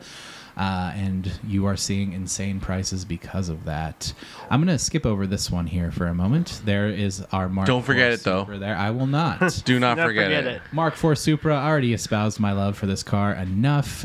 We have an FDRX7, I believe, located back here. Has the Wankel rotary engine in it, so that instead of pistons going up and down, oh my generating gosh, power, they have a nacho. Basically, it looks like a Dorito spinning around in a cylinder, so you can have like multiple things going on rather than just a binary like you have in a regular internal combustion engine. Fine. Which means that you can get up to incredibly high RPMs, more so than what would normally grenade your standard inline 6 engine. Okay. And then throw a turbocharger on it, lots of power. But they're also notorious for being kind of unreliable and breaking down a lot. Those are rotary engine problems. Apex seals wear out. That was their solution for like the internal metal of the engine not just grinding on the walls. And then our final car here, not from Japan at all. This is a Porsche 911. I believe this is the Blackbird. We have a black Porsche here as well. But the leader of the Midnight Club, like there was never actually any IDs revealed of the members of it. They discontinued after, I believe it was 1999. When there was a fatal accident during one of their runs, they then disbanded. But their leader had a Porsche 911 that, it was rumored that he was like a doctor who then like left to build his car full time, but had lots of money to do so and had thrown like over $100,000 into modifying that Porsche so that it could do over 200 miles an hour. Wow. So these were all like Racer X's? Yeah. They lived their lives. Look at it, Zach. It's fucking Power Rangers, but cars. You're absolutely right. You're absolutely right. Like, cars is like any hobby, very expensive. So most of the men that drove these cars were like well-respected, like high-ranking members in whatever their field was. You're telling me they weren't shitty little 18-year-olds? No, these were lawyers, doctors, dentists, like, executives at companies. One supposedly owned an auto dealership, and the other one was a lawyer. They're fucking dads? Yeah, these were dads that got together with their insanely fast cars that they built themselves at midnight to purposely outrun the Tokyo police. Wow. It's pretty cool. Going insanely fast. And like it was a very difficult crew to get a part of. Apparently, like you had to build a car that could do over 160 just to even apply. And once you were basically an applicant, you had like a year-long grace period to prove that you could drive at those speeds. And like only 10% of the people that like ever had applied or were allowed to were inevitably accepted into the club itself. Wow. So yeah, very exclusive society. But like I said, their whole like purpose was top speed. That was what they were going for. They're not trying to like look stylized. They're not trying to like do anything around a track super fast. Which they're just, how can I get this thing to go as fast as humanly possible, like a missile. And that sort of culture could lead to a possible member. We don't know. But last we will meet the hero of our story. Okay. A real badass, a speed junkie. He feels the need for speed. No, is it Aaron Paul? In his blood. No, he doesn't. From the movie Need for Speed. Nor is it Tom Cruise or Val Kilmer. It's this guy. Oh, Dad. Yeah, a real dad-looking motherfucker. Real dad, yeah. Real dad-looking motherfucker. This is Kazuhiko Smokey Nagata. I forgot Smokey was in the name of this. Smokey. We got such into a Toyota hole. Yeah. Mm-hmm. We went to Toyotathon. I had to explain the machine, but now we're going to get to know the man. As we can see, he is a worldwide criminal. Smokey Nagata. All of these photos. It looks like Eric Andre labeled him a worldwide criminal. It's a dual-purpose nickname in the fact that not only is he known for doing the fattest fucking burnouts you ever did see, the man is often not without a lit cigarette in his hand. He is a habitual smoker. Every interview I've read with him, like the person who conducted and is writing up the interview always feels compelled to say, like, by this point in the conversation, he is on his fourth cigarette. He's just apparently constantly smoking. Kazuhiko Smokey Nagata was raised in Hokkaido, Japan, like its northernmost prefecture. He was actually grew up on a farm. His dad was interested in cars and was a bit of a car guy himself, so that's where he got the passion from. So Smokey was living in Hokkaido, and at 15 years of age, he got himself a Mitsubishi Galant GTO. That's a hot car. Yeah, that's a nice pretty looking dope car. And so you got a car, you're going to need a job to support it, especially when your Mitsubishi Galant GTO doesn't run, and even you and your mechanical dad just can't figure it out. So at 16, he had had it for a year. His boss at Toyota, the plant that he worked at after school, inevitably said, like, hey, man, let's bring the car in after hours. Like, the guy was a master mechanic But himself. it's a Mitsubishi. Yeah, he was a car guy. Car guys like cars. And so Smokey brought his car in, and after hours, him and his boss finally got this Galant GTO running.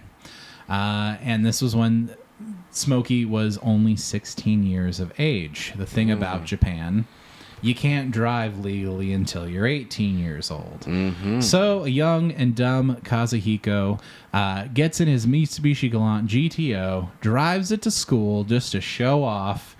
Probably lit a fat fucking burnout somewhere in the staff parking lot would be my guess. Cigarettes falling out the windows. Fucking like a machine gun expelling shell casings. Cigarette butts ejecting from what we would consider the passenger side window. I see that so bad. This is a bit of reckless speculation of how the incident went down. But regardless, the schoolmasters or the people running the school found out that Smokey had driven himself to school illegally and was expelled from school for doing that, for being like criminally arriving at school with his own car. That'll teach him. Yeah, unfortunately, so Kazuhiko, basically got kicked out. What would be, I think, probably at 16 years old. He's going to be like a junior or sophomore in high school. Doesn't ever truly finish his education. Doesn't necessarily need to. Kind of found his niche. His boss at Toyota felt really bad, so they turned his part-time job into a full-time job. And Smokey, saved up himself some money, and he got himself. Oh, are you about to? Okay, dope Toyota Celica. Because if we don't talk about whatever that top middle is, we are going to talk about top middle. Okay. We're also going to talk about the logos here.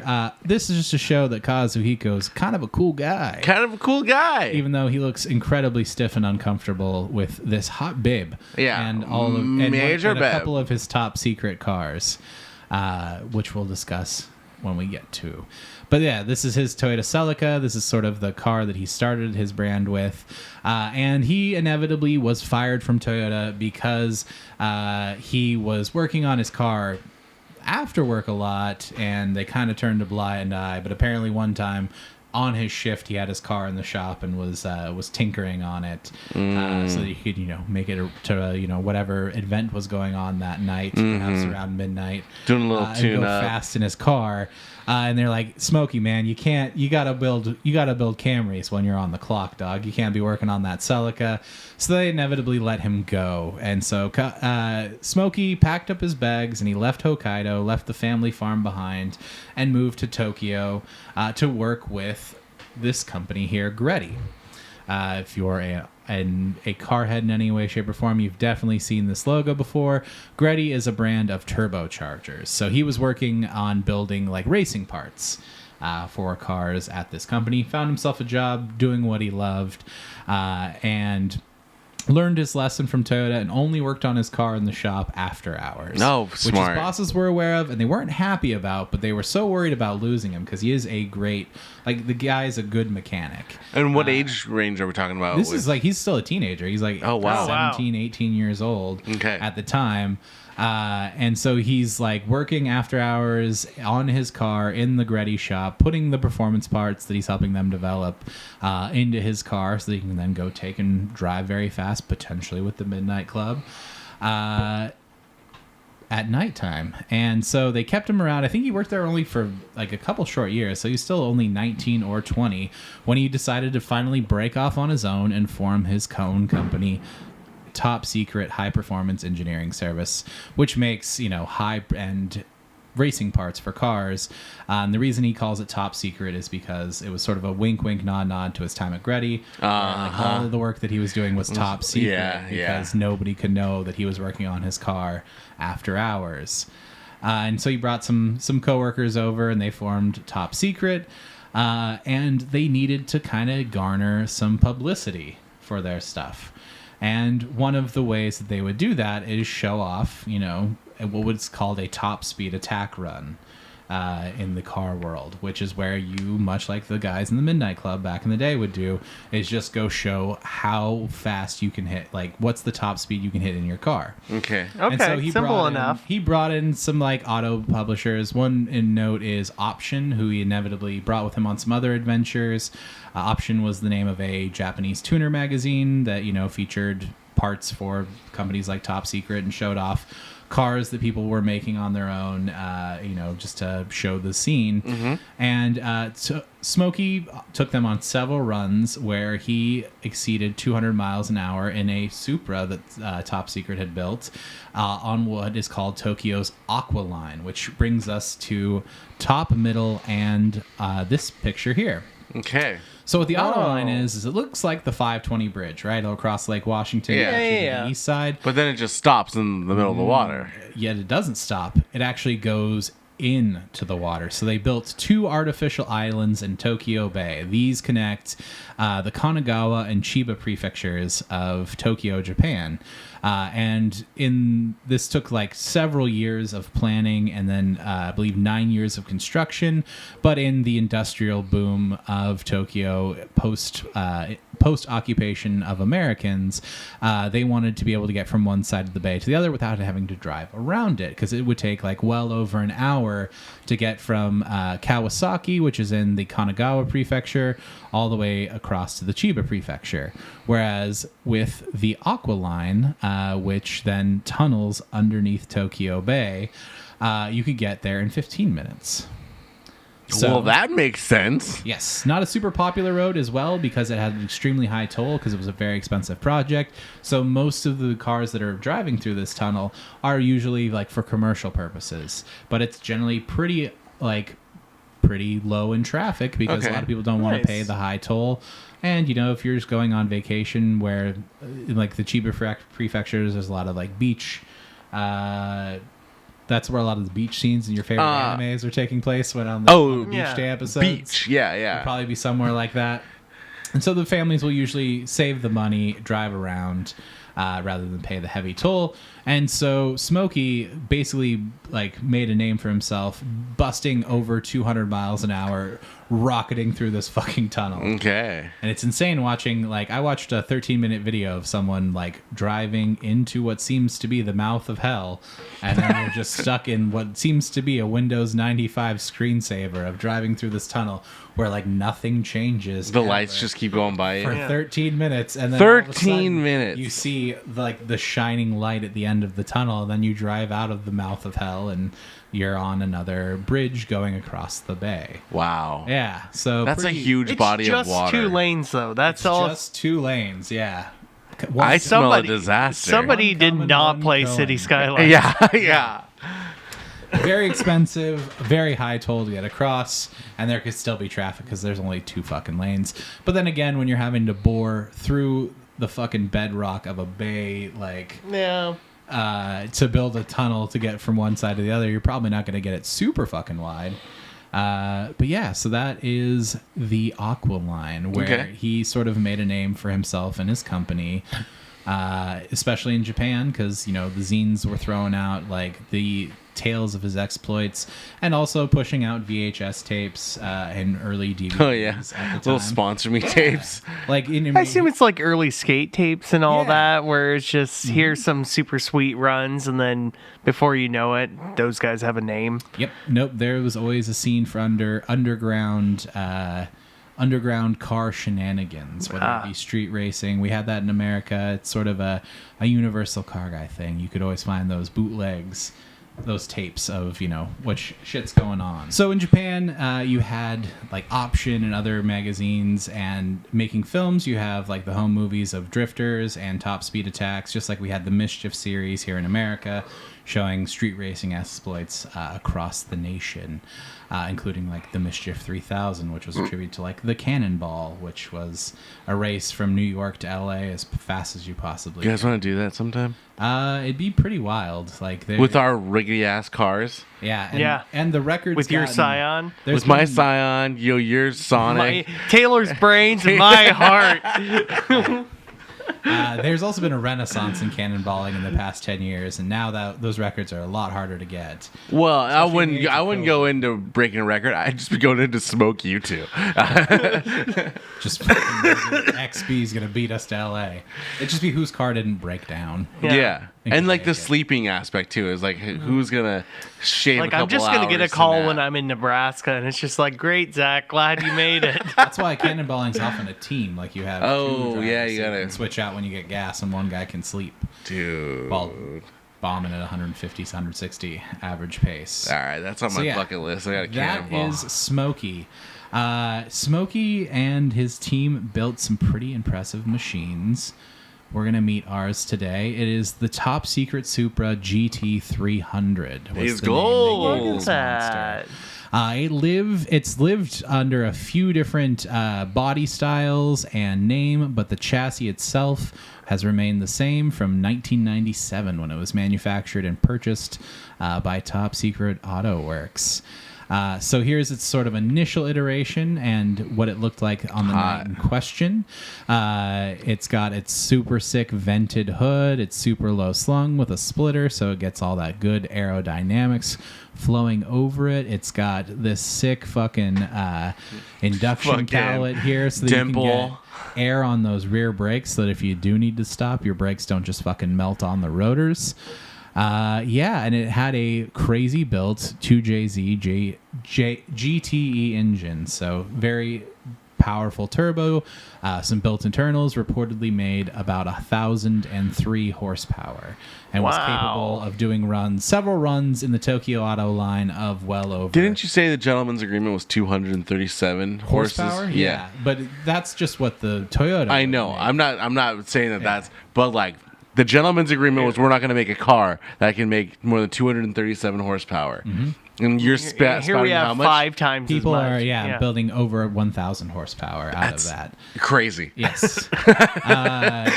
So I believe on the night in question, it was still running the 2JZ build with damn near 1,000 horsepower, if not over. Here's Smokey doing a fat burnout. Is that the Bond girl in the passenger seat? That is not the Bond my God. And then this is the car as it like currently exists. So it's gotten a facelift. They've made it look a little bit more like a Ferrari 99. I don't like what they did to the headlights. Yeah. I don't like the spoiler change. In the course of its life, they took a V12 engine out of a Toyota Century, which was like the stereotypical Yakuza car, like the almost limo, like beefy executive car that had a V12 in it with shitloads of power.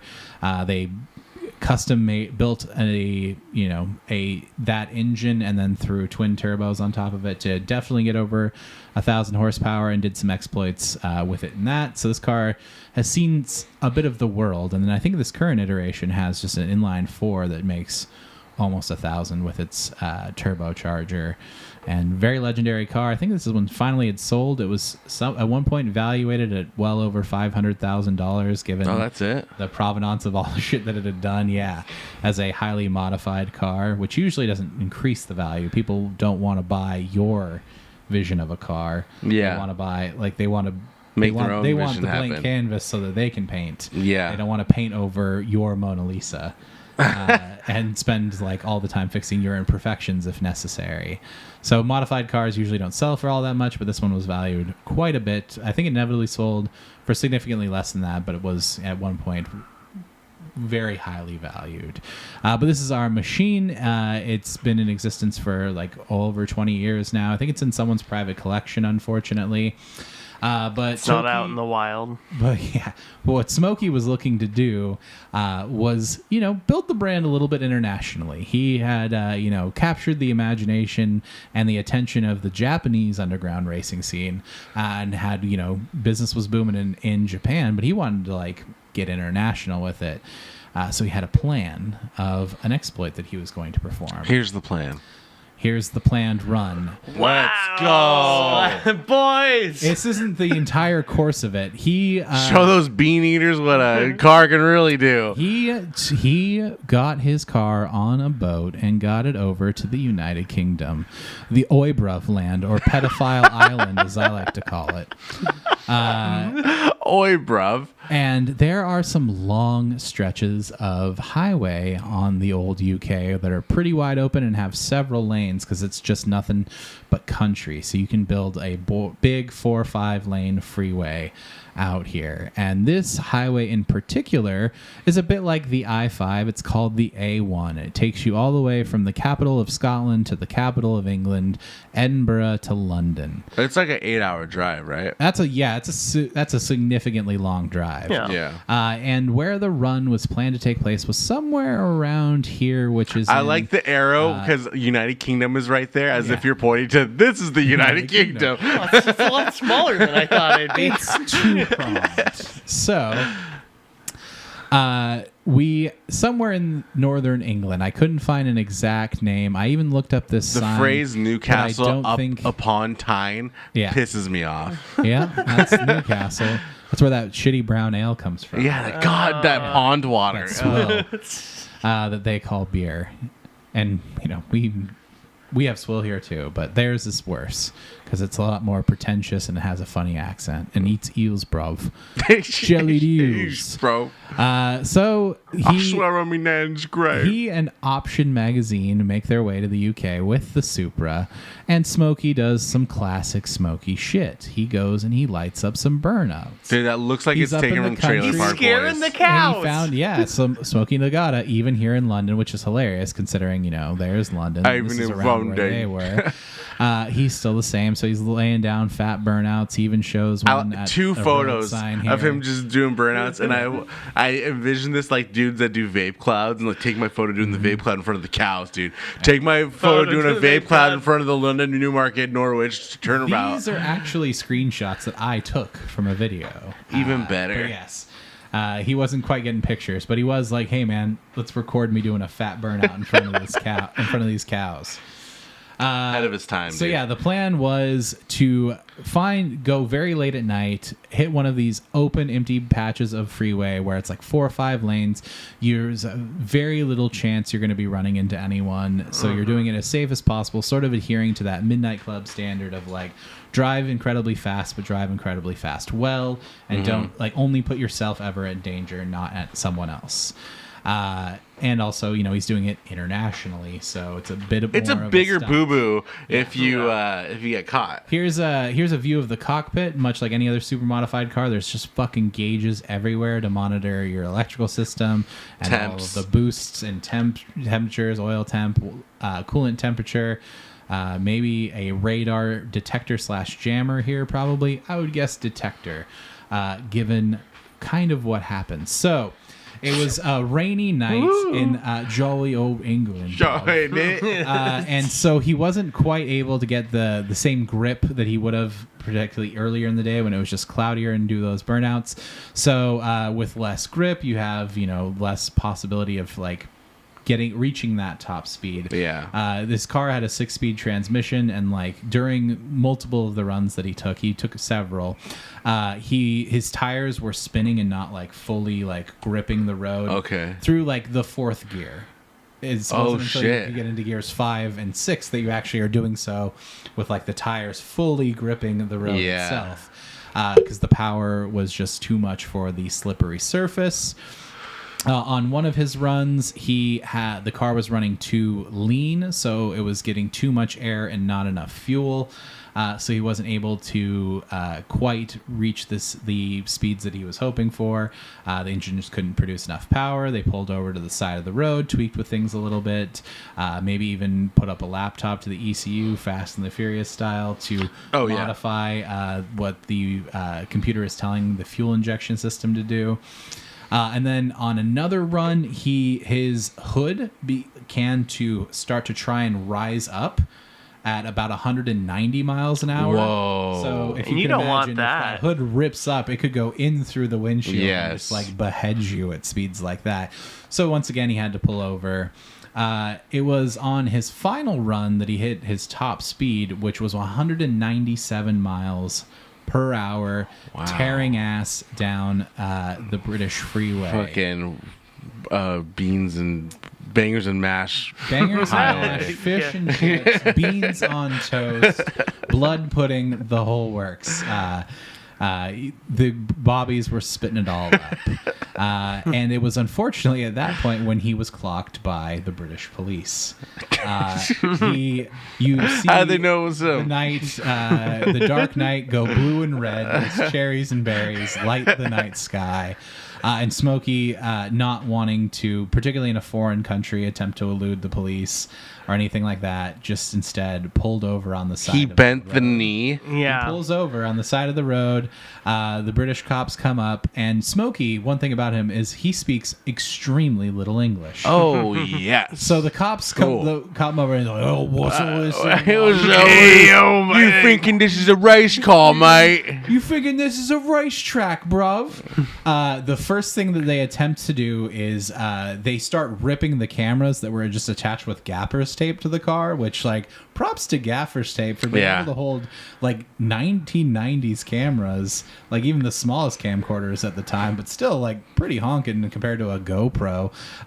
Still were able to adhere it to the side of the car for multiple runs. Shout out to gaffer's tape. Yeah. It's duct tape, but better. They ripped those off, confiscated all of the video footage. The only reason there's any footage of his runs was one of the members of the Option magazine crew popped the cassette out of his camera and shoved it down the front of his underwear. Nice. So, like, knowing that hopefully he wouldn't get checked there, so they had something as, like, proof of the run. Wow. Which is also considered to be the fastest anyone's ever gone on a public road in the UK to this day at 170 miles per hour or 197 miles per hour. Smokey still owns that record. It's very funny watching the police talk with him because Smokey is like the only English he knows is to explain how little English he knows. Like, they come over and they're like, so what do you think you're doing? Give us the cape. Where's the cameras? He's like, I don't speak English. And they're like, what do you think you're doing? I don't speak English. Only Japanese. I only speak Japanese. I don't speak English. Yeah, like, how fast you think you're going, mate? What do you think you're fucking doing? I only speak Japanese. Yeah. I don't speak English. The result of the run would be...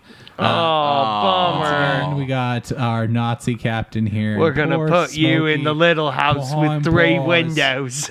Here's the police station that he was held in. I took this screenshot as well from the video from Option. He got to spend one night at Her Majesty's Pleasure, as it's called. God. Which is apparently just like some term of like, we don't know exactly what crime we're going to charge you with yet, but we ain't decided yet. And so you're here at Her Majesty's Pleasure, bruv. Sounds so gross. And thankfully, I have no clue why or how, but he only spent one night in British jail. Like, despite he's probably loaded, wildly violating. I don't know if he has someone who's a friend in the Japanese government who, like, then went to the Japanese embassy in England to beg to let Smokey go, but he only does one night in the pokey, and he gets to bring the Supra home with him. See, that was the next thing I was going to ask. I'm like, they probably... It was unbelievable that, like, he only did one night and didn't just go to, like, British prison for, like, recklessly endangering human life with an automobile. And then, somehow got the car out of the country and back to Japan, because then it got the V12 engine and set a speed record at the Nardo Ring in Italy, and then lived on to become part of someone's private collection. So no clue how that happened. I looked it up. Maybe it was on one of the websites that I found that was exclusively in Japanese. Yeah. But I couldn't find an explanation as to how Smokey got off so quickly. And very wisely, he got on the first plane to Japan as soon as he got out of jail. That's smart. Got the hell out of that country, just in case they decided to change their mind. But then, in its infancy, like this happened like late 90s, early 2000s. Like it was early 2000s when this video was inevitably uploaded by option to the internet. But that, you could find it on websites, and then on the car forums, people were linking it. So you could see this video of this insane Japanese guy who decided, for no fucking reason other than just because I can, I'm going to do 200 miles an hour down a British freeway with no permission whatsoever. I've just shown up and I'm going to do it. And by the way, I own this car parts brand, and if you buy my car parts, you could probably get your car going pretty fast. It's good press. It's really good press. Top Secret exploded in popularity because of that. Oh, they of became course. sort of international performance parts company overnight, and are still going to this day. Smokey is 58 years old, despite having one hoax that he had died in a high-speed crash. Is still very much alive. Nice. Still smoking, and still just building insane cars. Whatever he wants, and making a lot of money selling various performance parts like brake pads, things of that nature. So this is the story that I wanted to tell you, boys. The story of just one guy who loves to go really fucking fast. I love it. Yeah. Who decided to do an insane thing just because he had the capability of doing so.